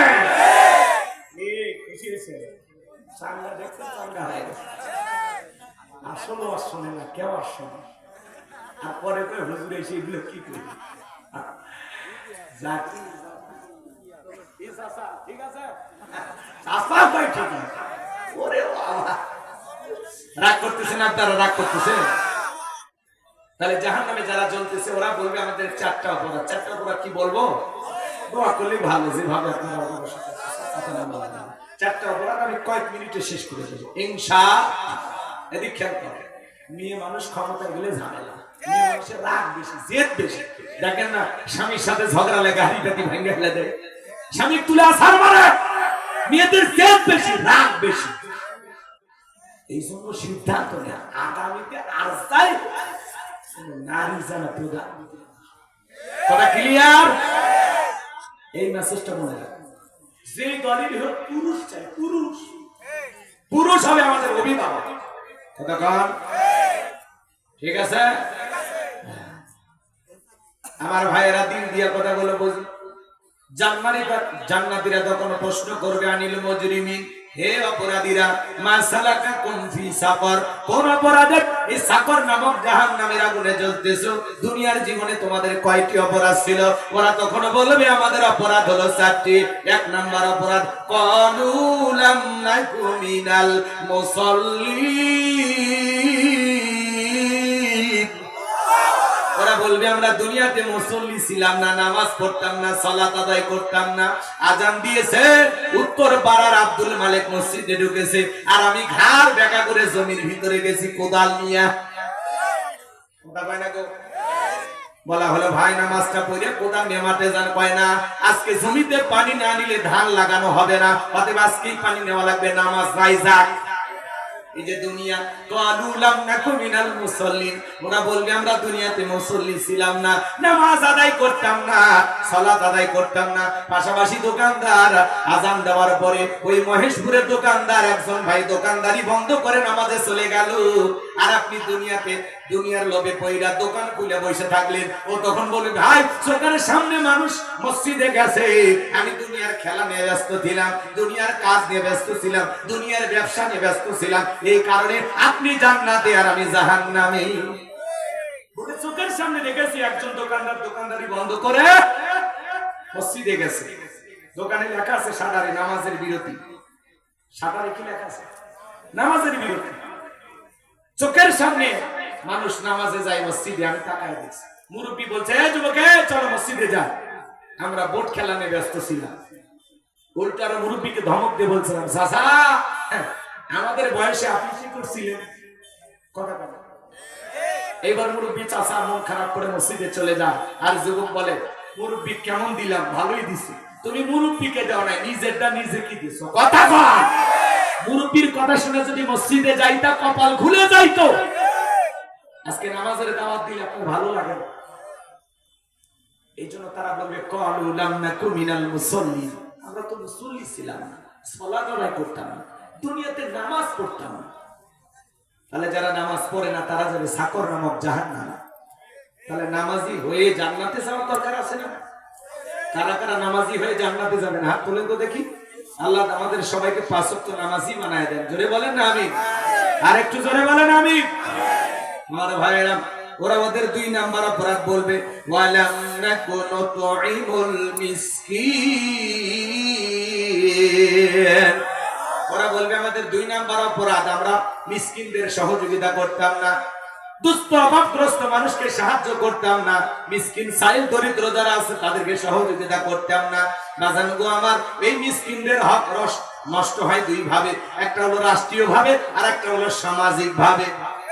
আপনারা যারা ধনী আছেন আপনাদের সম্পদের ভিতরে গরিবের হক আছে না নাই? তাহলে গরিব মানুষকে একটু সহযোগিতা করার দরকার আছে না নাই? সাহায্য দেওয়ার দরকার আছে না নাই? আল্লাহ রাব্বুল আলামিন বলেন ওয়া আম্মাস সাইলা ফালা তানহার, খবরদার তোমার দরজায় কোন সাইল দরিদ্র লোক গেলে খালি হাতে ফেরত দিও না, কিছু না কিছু দিয়ে বিদায় দাও। নবীজির কাছে একজন ফকির এসে বলে, নবী আমার একটা জুব্বা দেন। বিশ্ব নবী নিজের পরনের জুব্বা খুলে দিয়ে দিলেন। বলুন সুবহানাল্লাহ। আসমান থেকে জিবরাইল আসলেন জান্নাতি জুব্বা নিয়ে, সুবহানাল্লাহ কর। এই জুব্বা পরা দিয়ে বলে, নবী আল্লাহ বলেছেন যদি আপনার থাকে তাহলে দিবেন, নিজেরটা খুলে দেওয়ার দরকার নাই। আপনার যদি অবশিষ্ট থাকে দুইটা তাহলে একটা দিয়ে দেবে। আল্লাহ রাসূল কেমন মানুষ ছিলেন, নিজের পরনের জুব্বা খুলে ভিক্ষুককে দিয়ে দিয়েছে। সুবহানাল্লাহ। আরেকদিন এক সাইল দরিদ্র নবীজির কাছে এসে বলে, নবী আমারে কিছু দেন। আল্লাহ রাসূল বলে, আমার কাছে যেটা আছে এটাতে হবে না, আমার জামাই ওসমানের কাছে যাও। এইবার ফকির চলে গেলেন ওসমানের কাছে, যায় দেখে হযরত ওসমান সলতে শিখতেছে। সলতেছে বোঝেন কথা কয়, ল্যাম্প ছিল না আগে, ওইটাতে যেটা দিয়ে আগুন জ্বলতো, তেল যেটাতে উঠতো, ওইটা চিপে চিপে তেল বাড়তো। ফকির চিন্তা করে আমিও তো এরকম জীবনী করি, এই মানুষ ভিক্ষা দেবে। নবীর কাছে চলে গেছে, যা বলে নবী সলতেছে, ভিক্ষা চাইনি, যে কি কৃপণ ভিক্ষা দেবে। আল্লাহ রাসূল বলতেছে, আমার নাম বলছো তুমি? কয় না। ভিক্ষা চাইছো? কয় না। এইবার যা দেখে তুলে ধরে। কি ধরে?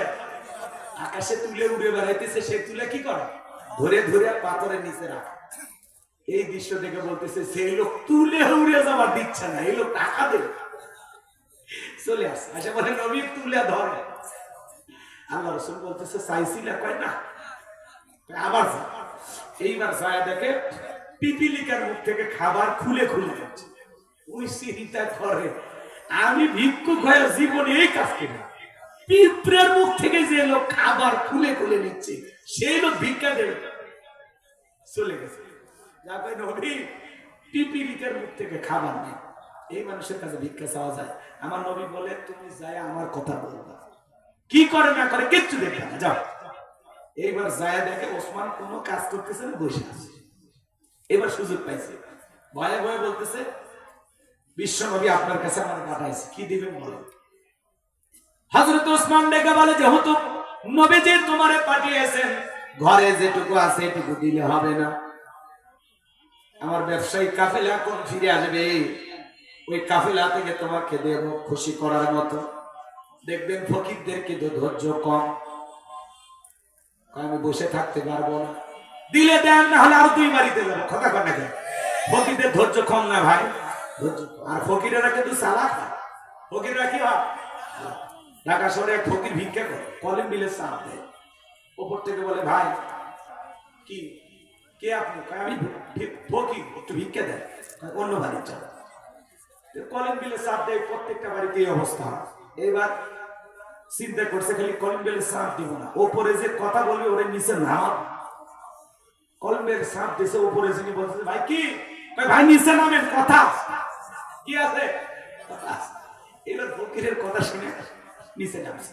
নামার পরে বলতেছে, ঢাকা শহর ভদ্র মানুষ বসবাস করে, আমিও ফকির হলে তোর মান সম্মান আছে, তো চিনলে কেমনি টাকা চাই, আমি ফকির, ভাই কিছু ভিক্ষা দেয়।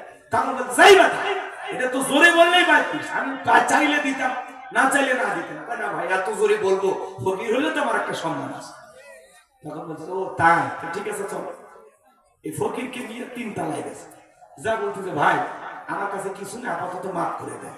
তখন বলতেছে, ভাই এই কথা তো নিচে বললেই বলতে পারতেন। কয় না, তুমি ফকির হয়ে যদি তোমার সম্মান থাকে, আমি ঢাকায় বসবাস করি, আমার সম্মান নাই, আমি নিচে কেন মাফ চাবো? এজন্য উপরে তুলে মাফ চাই। ফকিরও যেরকম চালাক, জনগণও হয়েছে এরকম চালাক। কথা ঠিক কিনা? হাত পাতলে তাই খুলছে, কয় হাজার টাকার নোট, ওই ফকিরের যে ঝোলায় আছে 5,000 টাকার নোট থাকলে ভেঙে দেবে। কথা ঠিক কিনা? এজন্য ভাই দিতে কৃপণতা করবে না, গরিব দুঃখীকে দিলে কমে না, আল্লাহ বাড়ায় দেয়। আর কষ্ট না দিয়ে আপনাদেরকে শোনেন, আমার তো নিয়ত আছিল 10টায় দিলে 12টায় প্রোগ্রামটা শেষ হয়ে যেত। 12টার পরে ওয়াজ করা আসলে কঠিন হয়ে যায়, আমাদের জন্য অনেক দূরের রাস্তা। তো যাই হোক, এবার হযরত ওসমানের কাছে ওই লোকটা যখন অস্থিরতা দেখাইল, হযরত ওসমান তখন বলতেছেন, একটা চিঠি লিখে দিন, যেহেতু আপনি দেরি করবেন না, এই চিঠিটা আমার ব্যবসায়ী কাফেলা যে প্রধান আছে তারা দেখাবেন, সে আপনাদের দিয়ে দেবে। আচ্ছা ঠিক আছে। এই চিঠির ভিতরে হযরত ওসমান লেখা দিয়েছেন, এই ভিক্ষুক যায় যেটা পছন্দ করবে ওই উঠের উপরে যত মাল সামানা থাকবে সব দিয়ে দেবে। এইবার ফকির যায় কাফেলার সেই সর্দারকে ওইটা দেখাইছে। ওইটা দেখার পরে বলতেছে দেখেন কোনটা। তো ফকির তাকায় দেখে সামনের যে উটটা সেটার উপরে সবচেয়ে বেশি মাল সামানা, ওইটা ধরছে, ধরে বাড়িতে নিয়ে গেছে। এইবার যত উট আছে সব লাইন ধরে ফকিরের বাড়ি চলে গেছে। সুবহানাল্লাহ কোন। এই দৃশ্য দেখে ফকির চিন্তা করলে এতগুলো তো দিবে না, নবীজির কাছে চলে আসছে। নবী ওসমানকে ডাকলেন, দেখে বলতেছে ওসমান তুমি নাকি শুনতেছে? তখন বলতেছে আপনি নবী বলেছেন অপচয়কারী শয়তানের ভাই, তো ওই তেলটা নষ্ট করে লাভ কি, এগুলো চিপে রেখে দিয়েছি। তুমি নাকি তুলে ধরো, তুলে গুলো অপচয় নষ্ট হচ্ছে, উড়ে উড়ে বেড়াইতেছে, ধরলাম। ওইটাতে একটা বালিশ বানালে মুসলমান কোন ভাই মাথায় দিয়ে আরামে ঘুমাইতে পারবে। সুবহানাল্লাহ, কি চিন্তা তাদের। তখন বলতেছে পিপিলিকার মুখ থেকে নাকি খাবার না। তখন বলতেছে নবী আমি প্রত্যেকটা প্রাণী আমার বাড়িতে যেগুলো আছে সবাইকে খাবার দিই, পিপিলিকার গর্তেও আমি খাবার খাইতে দিই, কিন্তু ওরা খাবারগুলো নষ্ট করতেছে। ওরা যে খাবার নষ্ট করতেছে এই খাবারের খাওয়ার মতো তার উপযুক্ত না, এটা অপচয় হয়ে যাবে, আল্লাহর কাছে জবাব দিতে হবে। এই জন্য আমি পিপিলিকার মুখ থেকে খাবারগুলো সংগ্রহ করেছি। সুবহানাল্লাহ। এবার বলো মুহূর্তে সব চলে গেছে, কি করো? আপনি না বলেছেন 1 টাকা দান করলে 10 টাকা পাওয়া যাবে, আমি যা দেব, আমি তো আল্লাহর সাথে ব্যবসা করতে চাই। ফকিরের কাছে যা গেছে সব দিয়ে দিল। সুবহানাল্লাহ, সুবহানাল্লাহ। আর আমরা সামান্য একটু ভালো খাবার হইলে দরজা লাগিয়ে দিয়ে কয় এই গেটটা ভালো করে টাইট করে লাগিয়ে দিয়ে, কোনো ফকির এসে যা ডিস্টার্ব না। এই হিংসাটা খাইতে বসি আমরা নাকি মুসলমান, কোন পাগলে কয়। বাড়িতে একটু শীতের দিনে পিঠা হয়েছে, ছেলে মেয়ের হাতে দিয়ে বলে এই বাইরে যা খাবি না, অমুকের ছেলে তোর সাথে খেলাধুলা করে, ও যদি তাকায় নজর দেয় তোর পেট খারাপ হবে। এত বড় হিংসাকে আপনি জান্নাতে যাবেন কোন দরজা দিয়ে? আপনার তো উচিত ছিল ছেলে মেয়ের হাতে দেওয়া, পাশাপাশি যে ছেলেটার সাথে মেয়েটার সাথে আপনার ছেলে মেয়ে খেলা করে বলা উচিত ছিল বাবা তুমি যদি খেলাধুলা করো, ওরা তো পিঠা করেনি, তুমি তোমার বন্ধুকে একটা পিঠা দিয়ে আসো। আপনার তো উচিত ছিল এটা করে। আর আপনি কি করেন? আল্লাহ হেদায়েত দান করুন। একটু জোরে কর না আমি, আর আসতে বলেন আমিন। আমার ভাইরা দিল দিয়ে কথাগুলো বোঝার চেষ্টা করবেন। আমি গুনাহগার যে কথা বলতে চাই গভীর মনোযোগ দিয়ে শুনবেন। তাহলে ওরা বলবে আমাদের 2 নাম্বার অপরাধ ওয়ালাম নাকুন তুইমুল মিসকিন। ওরা বলে আমাদের 2 নাম্বার অপরাধ আমরা অভাবগ্রস্ত সাইল দরিদ্র মিসকিন যারা ছিল এদেরকে খাইতে দিতাম না। সাইল দরিদ্র মিসকিন অভাবগ্রস্ত যারা ছিল এদেরকে আমরা খাইতে দিতাম না, সাহায্য সহযোগিতা করতাম না। এটা হলো আমাদের 2 নাম্বার অপরাধ। ওরা বলবে আমাদের 3 নাম্বার অপরাধ ওয়া কুন্না নাখুদু মাআল খাইদিন। ওরা বলবে আমাদের 3 নাম্বার অপরাধ আমরা সমালোচনাতে ব্যস্ত ছিলাম, আমরা আলেমদের সমালোচনা করতাম। কথা বোঝেন না? ইসলামের সমালোচনা করতাম, যেখানে মানুষ সমালোচনা করতো ওখানে অংশগ্রহণ করে আমরা মজা নিতাম। যারা সমালোচনাকারী এরা যাবে জাহান্নামে। বলে অমুক খারাপ তমুক খারাপ, এ ভালো না সে ভালো না। আরে ভাই অমুক তমুক খারাপ বাদ দেন, নিজের জীবনের ত্রুটিগুলো আগে তালাশ করেন।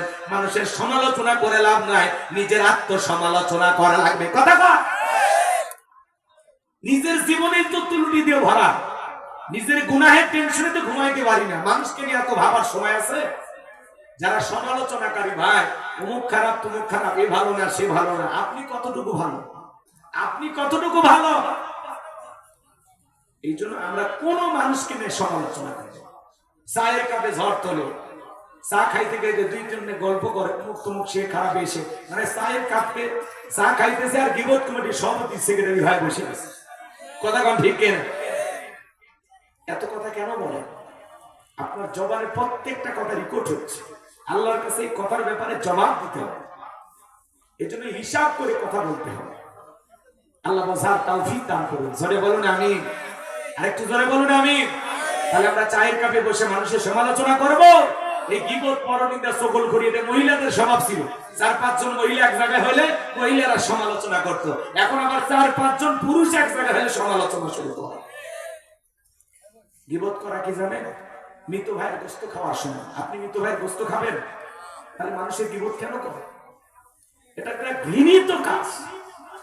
সমালোচনা করা একটা নিচু মনের মানুষ। যারা সমালোচনা করে এরা কি নিচু মনের মানুষ। আমরা মানুষের সমালোচনা করব, নিজের আত্মসমালোচনা করব। আমি তো পাপের ঘরের পাপ, জীবনটা তো গুণে দিয়ে শেষ করে ফেলে দিলাম। আমি আমার অপরাধের টেনশনে ঘুমাইতে পারি না। আমি মানুষের অপরাধ কখন দেখবো? কথা বলে দেখেন, এটা হলো আপনার আমার কাজ। নিজের চোখে সবাইকে ভালো মনে করবেন, নিজের চোখে সবচেয়ে নিজেকে নিকৃষ্ট মনে করবেন যে আমি সবচাইতে বড় পাপী, আমি সবচাইতে বড় খারাপ। কথা বলেন না কেন আপনারা? উচিত কথা কইলে মন খারাপ। এখন উচিত কথা যদি কই পিঠের উপর দিয়ে যাবি মন। এই আনন্দে কিছু লোক কিনে খাবে বগুড়ার স্পেশাল দোষ। যত দোষ নন্দ ঘোষ, সত্যটা বললে দোষ, করলে অন্যায়ের প্রতিবাদ। নামটা হবে তোমার মৌলবাদ, নামটা হবে তোমার জঙ্গিবাদ। কথা সহ্য হয় না। ইমামের পেছনে নামাজ পড়ে, ইমামের বিরুদ্ধে সমালোচনা করে। এই বাতা ভালো হয় না। যার পিছে নামাজ পড়ি, যে ইমামকে নেতা মেনে নামাজ পড়ি, তার বিরুদ্ধে সমালোচনা। বক্তার অর্শনে বক্তার বিরুদ্ধে সমালোচনা, আলেম ওলামাদের বিরুদ্ধে সমালোচনা, ইসলামের বিরুদ্ধে সমালোচনা। এই জন্য আল্লাহ বলেন ওয়াকুন্না নাখুদু মাল খায়িদিন, যারা সমালোচনাকারী এরা যাবে জাহান্নামে। আবার অনেকে ধারণা পোষণ করে একজন মোটরসাইকেল নিয়ে একটা মেয়েকে নিয়ে যাচ্ছে, ওই মেয়েটা বউ, বোন না মা কিচ্ছু বোঝে না। মোটরসাইকেল নিয়ে যাচ্ছে, তো এটা ওনার জিনিস। এই যে ধারণা করলেন, এটা কবিরা কেন? ওটা ওর মা না বোন আপনি কি জানেন? না বউ আপনি জানেন? ধারণা করে কেন কথা বলতেছে? আমরা তো এগুলো নিয়ে ব্যস্ত আছি। ভালো আমলের কথা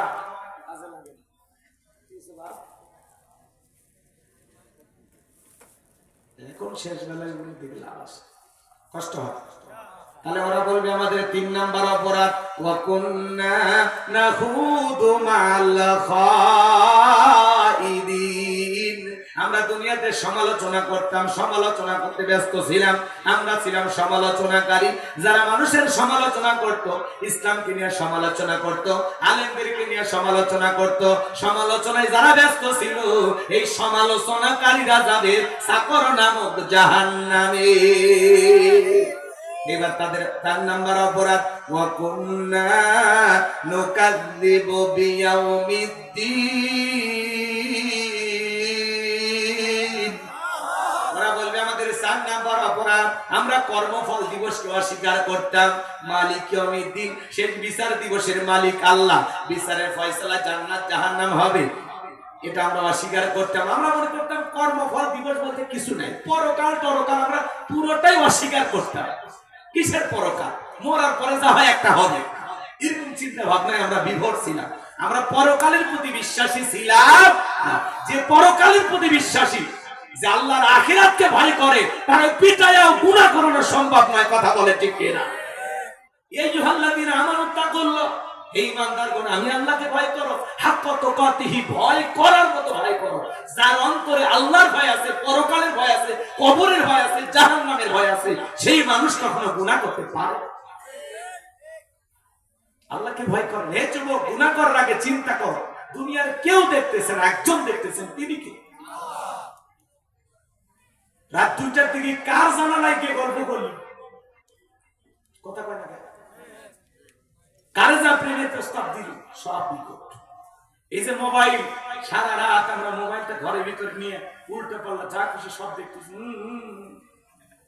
এই যে গোপনে একা একা কম্বলের ভিতরে, ল্যাপের ভিতরে যা দেখতেছেন, এই ব্যাপারে আল্লাহর কাছে একদিন জবাব দিতে হবে। যাদের অন্তরে পরকালের ভয় আছে, কবরের ভয় আছে, আল্লাহর হিসাবের ভয় যে করে, যে আল্লাহর সামনে দাঁড়াইতে হবে, কি নিয়ে দাঁড়াবো, কি নিয়ে দাঁড়াবো আমি পরকাল? মালিকের কাছে কি হিসাব দিব? যেটুকু আমল করেছি এই আমলে জান্নাতে যাওয়া যাবে কিনা একটু আমাদের চিন্তা ফিকির করার দরকার আছে না? আমি আল্লাহর সামনে যে কিয়ামতের ময়দানে দাঁড়াবো, কি নিয়ে দাঁড়াবো? কি এমন পুঁজি আছে, কি এমন সম্বল আছে, কি এমন আমল আছে যেটা নিয়ে আমি পরকালে বিশাল পথ পাড়ি দেব? একটু চিন্তা করেন না ভাই, 2 মিনিট বালিশে মাথা রাখেন, ঘুমানোর আগে চিন্তা করেন। এখনই যদি আজকে রাতেই যদি আপনার মৃত্যু হয়, আল্লাহর কাছে কি নিয়ে যাবেন? কি নিয়ে যাবেন? কতটুকু আখিরাতের মাল সামানা দুনিয়াতে গোছাইছেন? আল্লাহ বলেন আল্লাযী খালাকাল মাউতা ওয়াল হায়াতা লিয়াবলুয়াকুম আইয়ুকুম আহসানু আমালা। আমি আল্লাহ দুনিয়াতে তোমাদেরকে পাঠাইছি কেন? আল্লাহ বলেন আমি সৃষ্টি করেছি মৃত্যু আর জীবন, লিয়াবলুয়াকুম আইয়ুকুম আহসানু আমালা। আমি আল্লাহ পরীক্ষা করে দেখবো আমলের দিক দিয়ে কার আমল কত বেশি উত্তম, কার আমল কত বেশি ভালো। যার আমল ভালো তার আখিরাত ভালো, যার আমল খারাপ তার আখিরাত পুরোটাই বরবাদ। কথা বলেন ঠিক না? আল্লাহ রাসূল বলেছেন ক্বালা রাসূলুল্লাহ সাল্লাল্লাহু আলাইহি ওয়াসাল্লাম ইন্নামাল কুবরু রাউযাতুন মিন রিয়াদিল জান্নাহ আও হুফরাতুন মিন হুফারিন নার। রাওয়াহু তিরমিজি। নবীজি বলেছেন যে ব্যক্তির আমল ভালো, মৃত্যুর সঙ্গে সঙ্গে আল্লাহ তার কবর জান্নাতের বাগান বানায় দিবেন। বলুন সুবহানাল্লাহ। আর যে ব্যক্তির আমল খারাপ, আও হুফরাতুম মিন হুফারিন নার, তার কবরটা হবে জাহান্নামের আগুনের গর্ত। একবার যদি কারো কবর জাহান্নামের আগুনের গর্ত হয়ে যায়, আমার ভাইয়েরা, ওই জাহান্নামে একটা পাথর ছেড়ে দিলে 70 বছর সময় লাগে নিচে পড়তে। আল্লাহ না করুক আপনার আমার গুনাহের কারণে মালিক যদি রাগান্বিত হয়ে ওই জাহান্নামের গর্তের মুখে ফেলে দেয়, আপনার আমার বাঁচার তো কোনো উপায় নেই। বাঁচার উপায় কোনো উপায় নেই। ফামান ইয়ামাল মিসকালা যারাতিন খায়রান ইয়ারা ওয়া মান ইয়ামাল মিসকালা যারাতিন শাররান ইয়ারা। বান্দা তুমি যদি যারা পরিমাণ অনুপরিমাণে নেক আমল করো, ওইটাও তোমার আমল নামে লিপিবদ্ধ করা হবে। তুমি যদি যারা পরিমাণ অনুপরিমাণে গুনাহে অন্ধকার কবরে চলে যাও, ওই কবরের ডানের মাটি বামে চলে যাবে, বামের মাটি ডানে চলে যাবে, এমন জোরে চাপ দিবে এক পাথরের হাড় অন্য পাথরে ঢুকে যাবে। কবরে থাকা অন্ধ ফেরেশতা চোখে দেখে না, কানে শোনে না, হাতুড়ি আঘাত করবে, মাথাটা চূর্ণ বিচূর্ণ হয়ে যাবে। বিষাক্ত সাপ একবার সবল মালে পা থেকে মাথা পর্যন্ত বিষের যন্ত্রণায় দেহটা চলে পুড়ে শেষ হয়ে যাবে। আমি তো আতঙ্কে আছি, কবর, আমার কবরে কি হবে? আমি একা একা কেমনে থাকবো?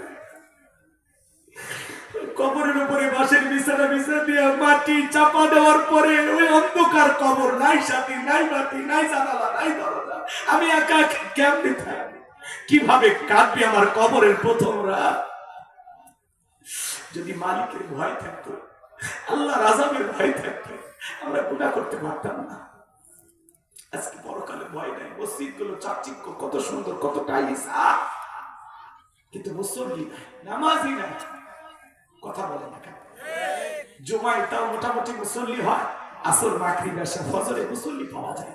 এমন মসজিদ আছে শুধু মুয়াজ্জিন একাই নামাজ পড়ে, একজন মুসল্লি নাই। কথা বলে ঠিক না? এই হলো আমাদের সমাজ, এই হলো আমাদের ইমানের অবস্থা। একজন আলেম ভালো ওয়াজ করে, ভালো কথা বলে, ভালো লাগে না? একটু বেশি কথা বলে কি হুজুর আসছিল সেই জমাইছে। সূরা মুদ্দাসির এই যে কয়েকটা আয়াতের আলোচনা করলাম, যদি একটু অনুধাবন করেন, আপনার এই আলোচনা আপনার জীবনটাকে পাল্টায় দেবে। আপনার এই আলোচনা শোনার পরে আপনি জান্নাতি হয়ে মারা যাবেন। কথা বলে ঠিক, যদি নিজেকে পাল্টানোর চিন্তা করেন, না হলে সমালোচনা হবে। হ্যাঁ, এত দূর থেকে বক্তা কি কইল? আরে বেটা, তুই তো ওয়াজই বুঝিস না, ওয়াজ বোঝার মতো জ্ঞানই তো না। প্রত্যেকটা আয়াতে কথা আছে, প্রত্যেকটা আয়াত। সারসংক্ষেপ কথা বলি, এতক্ষণ কি করলাম, চিল্লালাম। শোনেন আল্লাহ তাআলা কি বলেছে, প্রত্যেকটা ব্যক্তি তার কৃত কর্মের ব্যাপারে আবদ্ধ। আপনার জীবন লিখিত কর্মের হিসাব আপনাকে দিতে হবে। 2 নাম্বার, ডানপন্থী যারা, এরা যাবে জান্নাতে। সুবহানাল্লাহ। জান্নাতীরা জান্নাতি ভিতরে জান্নাতি আর একজন জান্নাতীর সাথে পরস্পরে গল্প করবে। সুবহানাল্লাহ। গল্প করতে তাদের দৃষ্টি চলে যাবে নিচের দিকে, তারা তাকায় দেখবে জাহান্নামের আগুনে মানুষগুলো জ্বলতেছে, পুড়তেছে। তাদেরকে বলা হয় আনিল মুজরিমিন, হে অপরাধীরা, মা সালাকাকুম ফি সাকর, কোন অপরাধে জাহান্নামের আগুনে জ্বলতেছে? ওরা তখন বলবে কলু লাম নাকু মিনাল মুসাল্লিন, দুনিয়াতে মুসল্লি ছিলাম না, নামাজ পড়তাম না, ওয়ালাম নাকুনু তুইমুল মিসকিন, অভাবগ্রস্ত ব্যক্তিদেরকে সাহায্য সহযোগিতা করতাম না, ওয়া কুননা নাখুদু মা'আল খায়রিন, আমরা মানুষের সমালোচনা করে সময় কাটাইতাম, আমরা ছিলাম সমালোচনাকারী, ওয়া কুননা নুকাদ্দিবু বিয়াউমিদ্দিন, আমরা ছিলাম পরকাল দিবসকে অস্বীকারকারী, আমরা ছিলাম কর্মফল দিবসকে অস্বীকারকারী। আমরা কখনো ভাবি নাই আমাদেরকে এইভাবে হিসাবের মুখোমুখি হতে হবে, এটা আমরা ভাবি নাই, কল্পনাই করি না। এই হিসাব আমাদের জানা ছিল। তার মানে তারা দুনিয়াতে পরকালের হিসাব, জবাবদিহিতা, এই সমস্ত কথাগুলো ভুলেছিল। আল্লাহ এর পরে বলেন এই অবস্থায় তাদের মৃত্যু হয়েছে। আমার ভাইয়েরা, তাহলে আমি কি 4টা অপরাধে ওরা জাহান্নামে গেল, এই 4টা অপরাধ কি আমরা করব? আমরা আজ থেকে নামাজ পড়বো তো ইনশাআল্লাহ, গরিব দুঃখীদের খাইতে দেবো তো ইনশাআল্লাহ। এই যে শীতের দিনে দেন না 10টা গরিবকে কম্বল কিনে দেন, পাড়া প্রতিবেশী অনেকে না খেয়ে থাকে, 1 বস্তা চাল কিনে দেন না, কথা বলেন না কেন ভাই? দেন, খালি একা খায়া বাঁচেন না, মানুষকে খাওয়ানো শিখেন।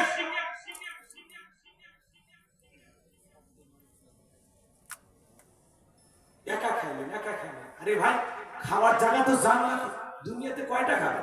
এটা খাওয়া, এটা কোনো মতে জীবন ধারণ করার জন্য সামান্য খাদ্য, অফুরন্ত নিয়ামতে ভরা জান্নাত, যেখানে শুধু খাবো আর খাবো, জীবনে কোনোদিন পেশাব পায়খানা করা লাগবে না। সুবহানাল্লাহ কর। আর খাইতে দেরি, বাথরুমে যাইতে দেরি না, কি খাইবে, কত ঝামেলা। আর জান্নাতে খাইবেন কিন্তু কোনোদিন টয়লেট করা লাগবে না, কারণ ওই ব্যবস্থা জান্নাতে নেই। থাকলে তো জান্নাত নাই, কে দেখবে? বান্দা একটু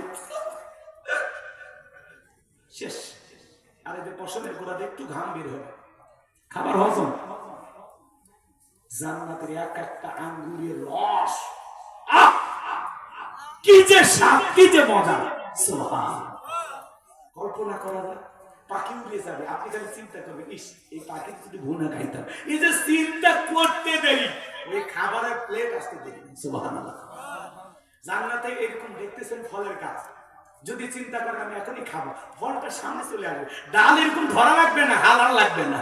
সুবহানাল্লাহ, কি নিয়ামতে ভরা জান্নাত মালিক সাজায় রাখছে। সুবহানাল্লাহ। আপনি শুয়ে আছেন আর মনে করবেন আপেল ধরে খাবো, আপেল চলে যাবে, কাজ হইতেছে ওই জায়গায়, আর কি শুনছেন আপনার? তাহলে কি ওটা সমালোচনা করে, নামাজ না কইরা, গরিব দিদিদের না খাইতে দিয়া, মা বাবার খেদমত না কইরা,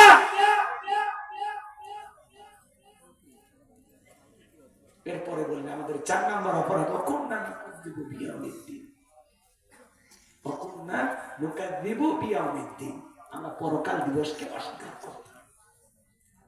তাহলে অবশ্যই পরকালে আল্লাহর কাছে হিসাব দিতে হবে, এই ভয় আমরা করি কিনা? তাহলে এই 4টা আমল কারা কারা করবেন, হাত তুলে দেখা। আল্লাহ আমাদের সবাইকে আমল করার তৌফিক দান করুন, জোরে বলুন আমিন। আপনি এখান থেকে যদি একজন মানুষ পরিবর্তন হয়, আজকে মাহফিল কবুল হয়। কেন যে আপনারা চলে গেলেন আমি কিচ্ছু বুঝলাম না, আমার ওটা মাথা ঢোকেইনি। যাই হোক, 12টায় শেষ করতে চাইছিলাম, 12:40 বেজে গেছে। আর কথা না বাড়ায়, বক্তা শ্রোতা সবাইকে আল্লাহ পাক বাস্তব জীবনের কথাগুলো আমল করার তৌফিক দান করুন। আর কমিটির ভাই যারা আছেন, বক্তাকে দাওয়াত দেওয়ার ক্ষেত্রে অবশ্যই টাইমটা একটু দেখবেন, কারণ এত দূর থেকে আমরা আসছি, একটু মানুষকে যদি প্রাণ ভরে কথা না শুনতে পারি আমাদেরও খারাপ লাগে। রাত 11টায় তুলে দেবেন, 12টায় মাহফিল শেষ, কেমন অজর, এটা খেয়াল রাখবেন। কারণ 12টার পরে মানুষ থাকবে না, মানুষের কর্মব্যস্ততা আছে, ফজরের নামাজ আছে, দোকানদারি আছে, কালকে আবার মহেশপুর বাজারে যাওয়া লাগে। আমরা তো দুনিয়া নিয়েও ব্যস্ত আছি, তার ফাঁকে কিছু ভালো